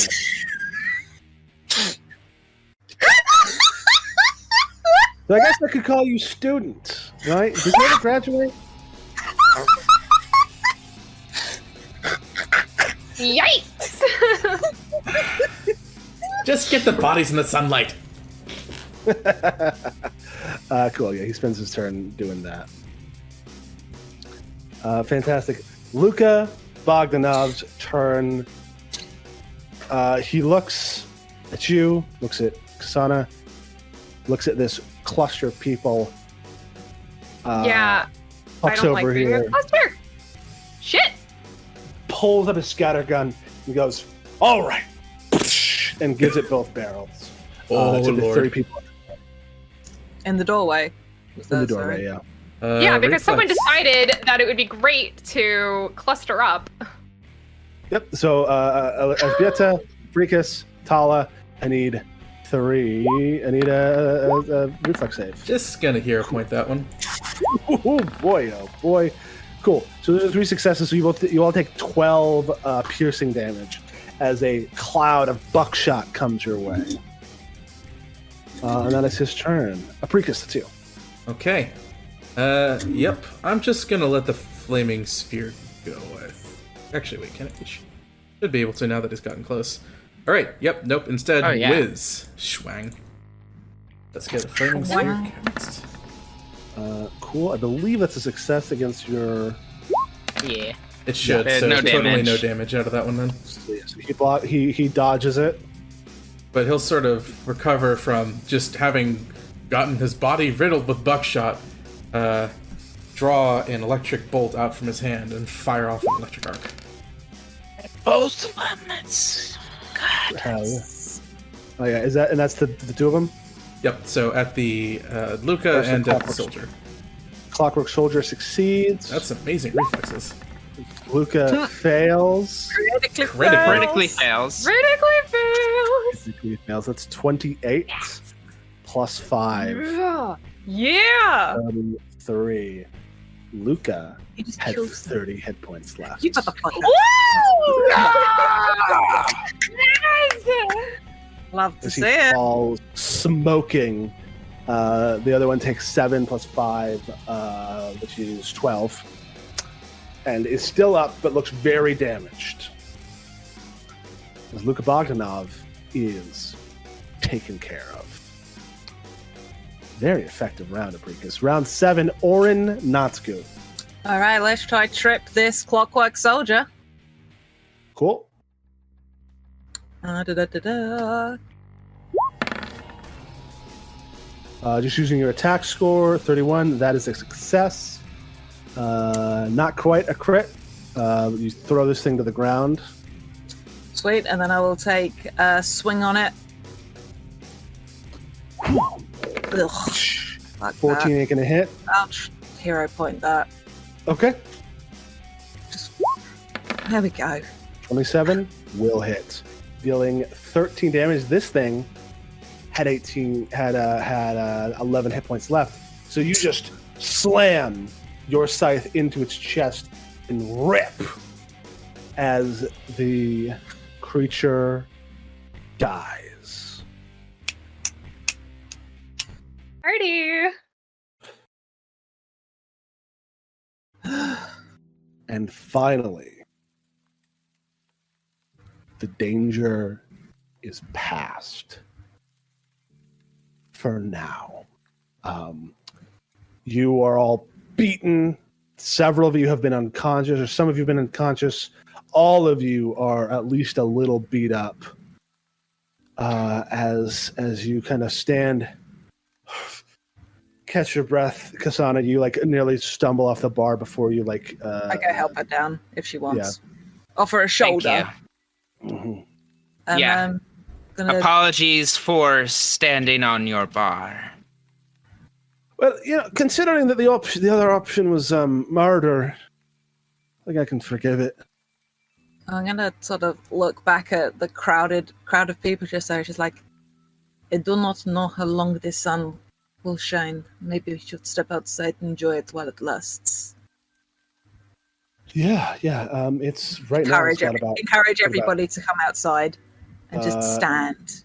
20. See all yeah, the about 20 charge. Even if- seconds left in it. Yeah, but even if it's just for 20 seconds, if you've never seen Oh, the yeah, sun, ELŽBIETA, you took 5 less damage than that, by the way, because I took that Oh. for you. That's right. The At people. this point, it doesn't matter. Ah, Listen, they all moved at once.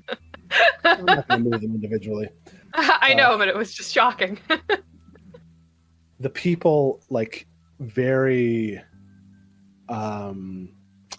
tentatively, hesitantly begin to walk outside, like shielding their eyes, looking up at the light streaming down. The heat of the noonday sun. It's a heat that none of them have ever felt before.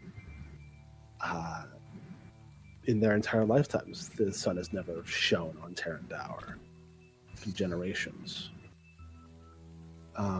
And as you all stand out there, a few moments later, the light from the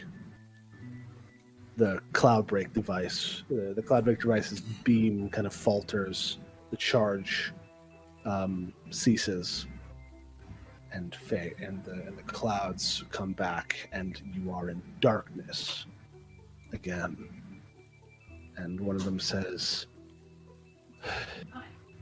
"Momentary respite, sure, but dark comes back. Errol will come back. He wanted to kill us all." And another one says, like, "What can we even do? We're all gonna die." No, you're not. KSANA wipes some tears out of her eyes. The darkness returns. But did you see that? Did you see what these incredible individuals accomplished? That was... I'll go pick up APRICUS and put it on my shoulder. Oh, okay. And as you've seen, the Errols,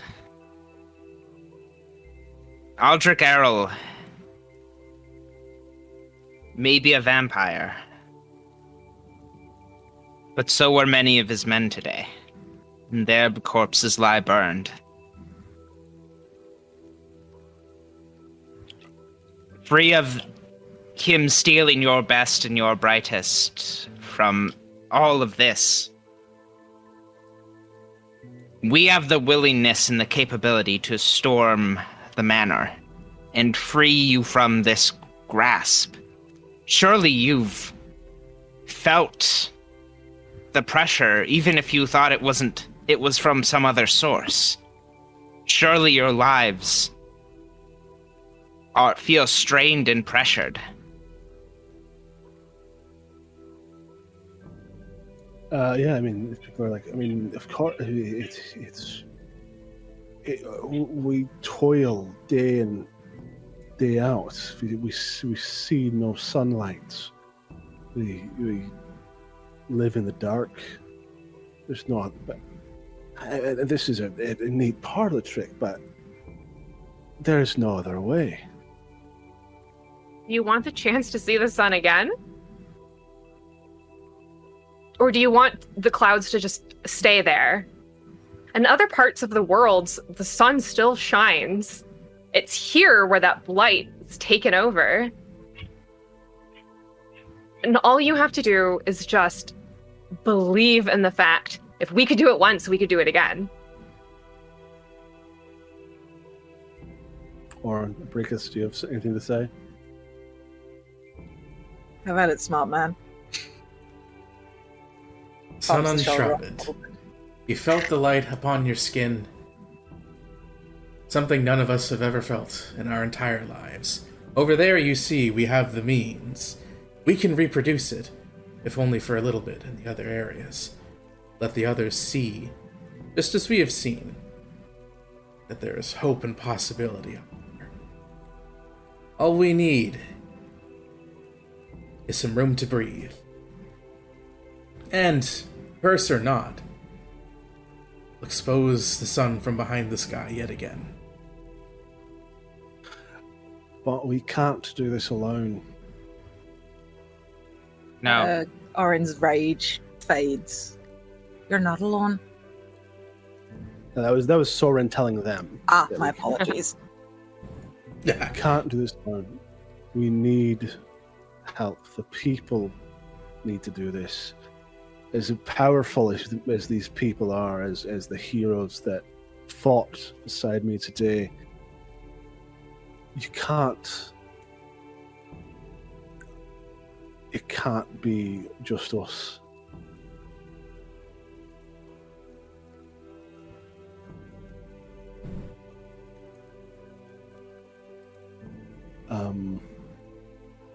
And then Soren looks at ELŽBIETA, looks at KSANA, and they say, Aldrich Arl ran today. He ran because he was afraid. He was afraid of us. This dirty little secret getting out. You did that.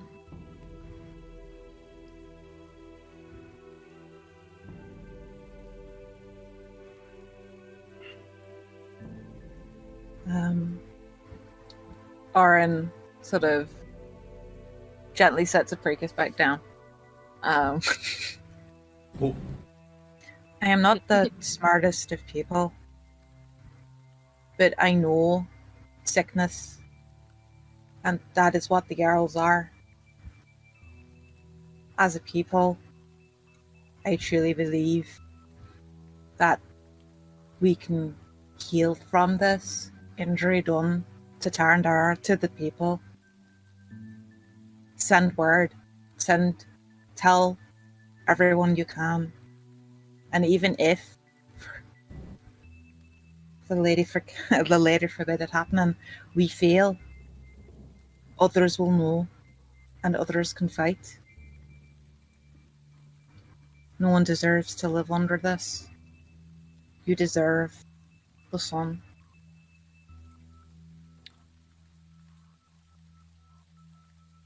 So, you want to bring it home? KSANA steps off the clockwork and moves over to APRICUS and ORIN. This may seem impossible.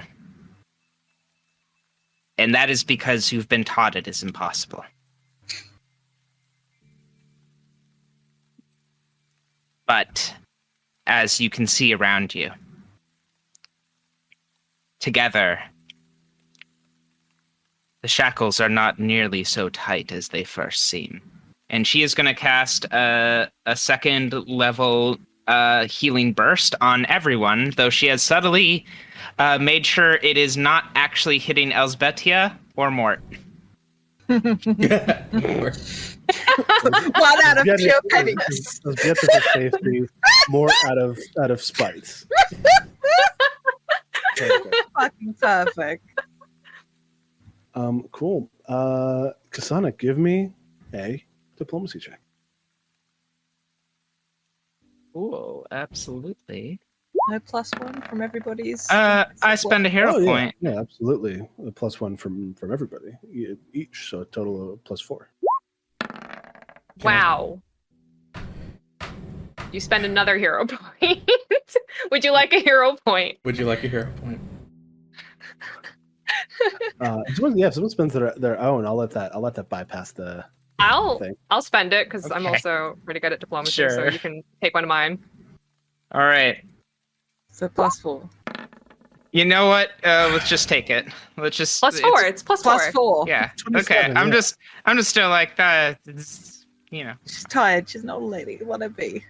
Mhm. You speak, and the people hear. And more important than that, the people listen. There is this thrum throughout the crowd gathered here today. Village elders, village leaders, workers, fishermen, even what's her name? Even Berta Ortez, the sharpshooter from Eidnir, as they hear your words, and for the first time in 200 years, the people of Tarandaur know that there can be something else. the bracelets around your wrists and weapons gleam with a shimmering starlight as each of them changes shape.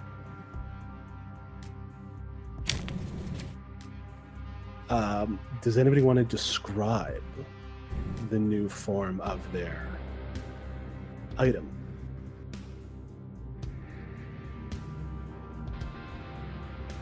Or Jade?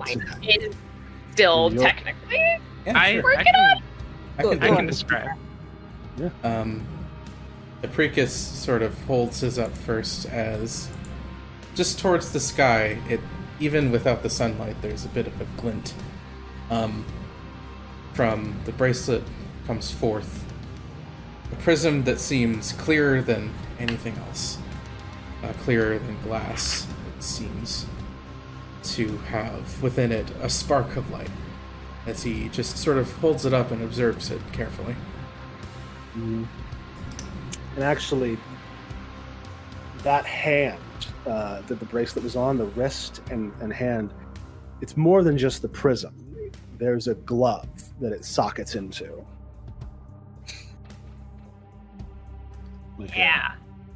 Just kind of stick that into the Infinity Gauntlet, yeah. I got some ideas about how that thing works.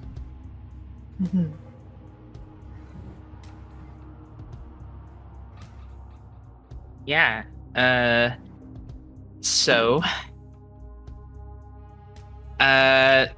KSANA's Geist arm begins to glow with the starlight and moonlight. And she kind of like grits her teeth and her eyes squint, and you can just see under her breath she's saying, it's a gift from Irina. It's a gift from Irina. It's not a... And... You feel the weight of their hand on your back.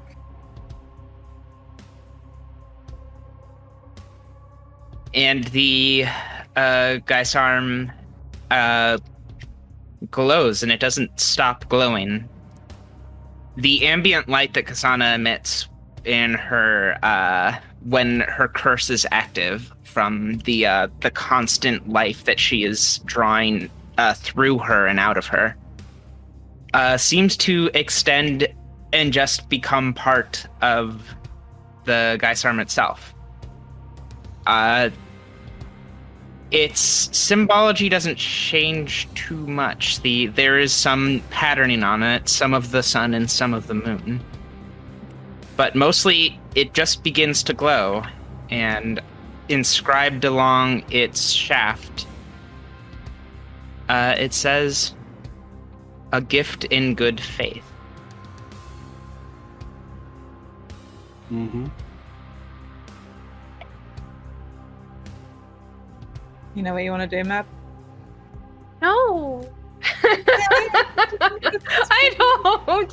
I've been thinking about this for like 24 hours and I still can't think of anything good.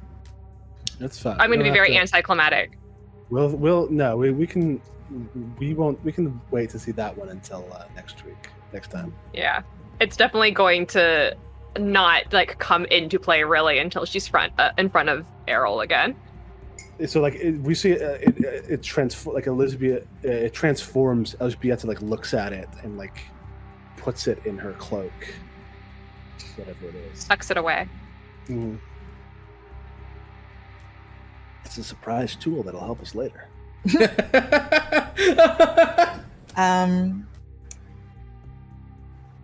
For a brief moment, the symbol on ORIN's Healer's Tools pouch, that crescent moon bisected by a line, glows with some of that same starlight, moonlight, and flows off along their arm into the shaft of their scythe and spirals up around it, leaving sort of these etchings that have not the same sort of glow, but it's like a dull silvery color that doesn't completely fade, like it's been engraved.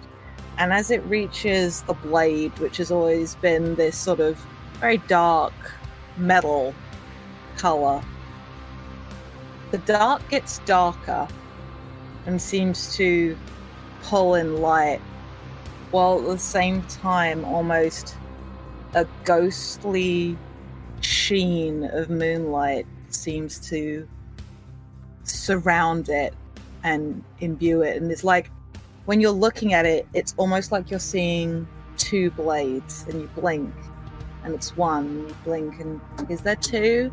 And that same symbol of the bisected moon appears on the blade. Hell yeah.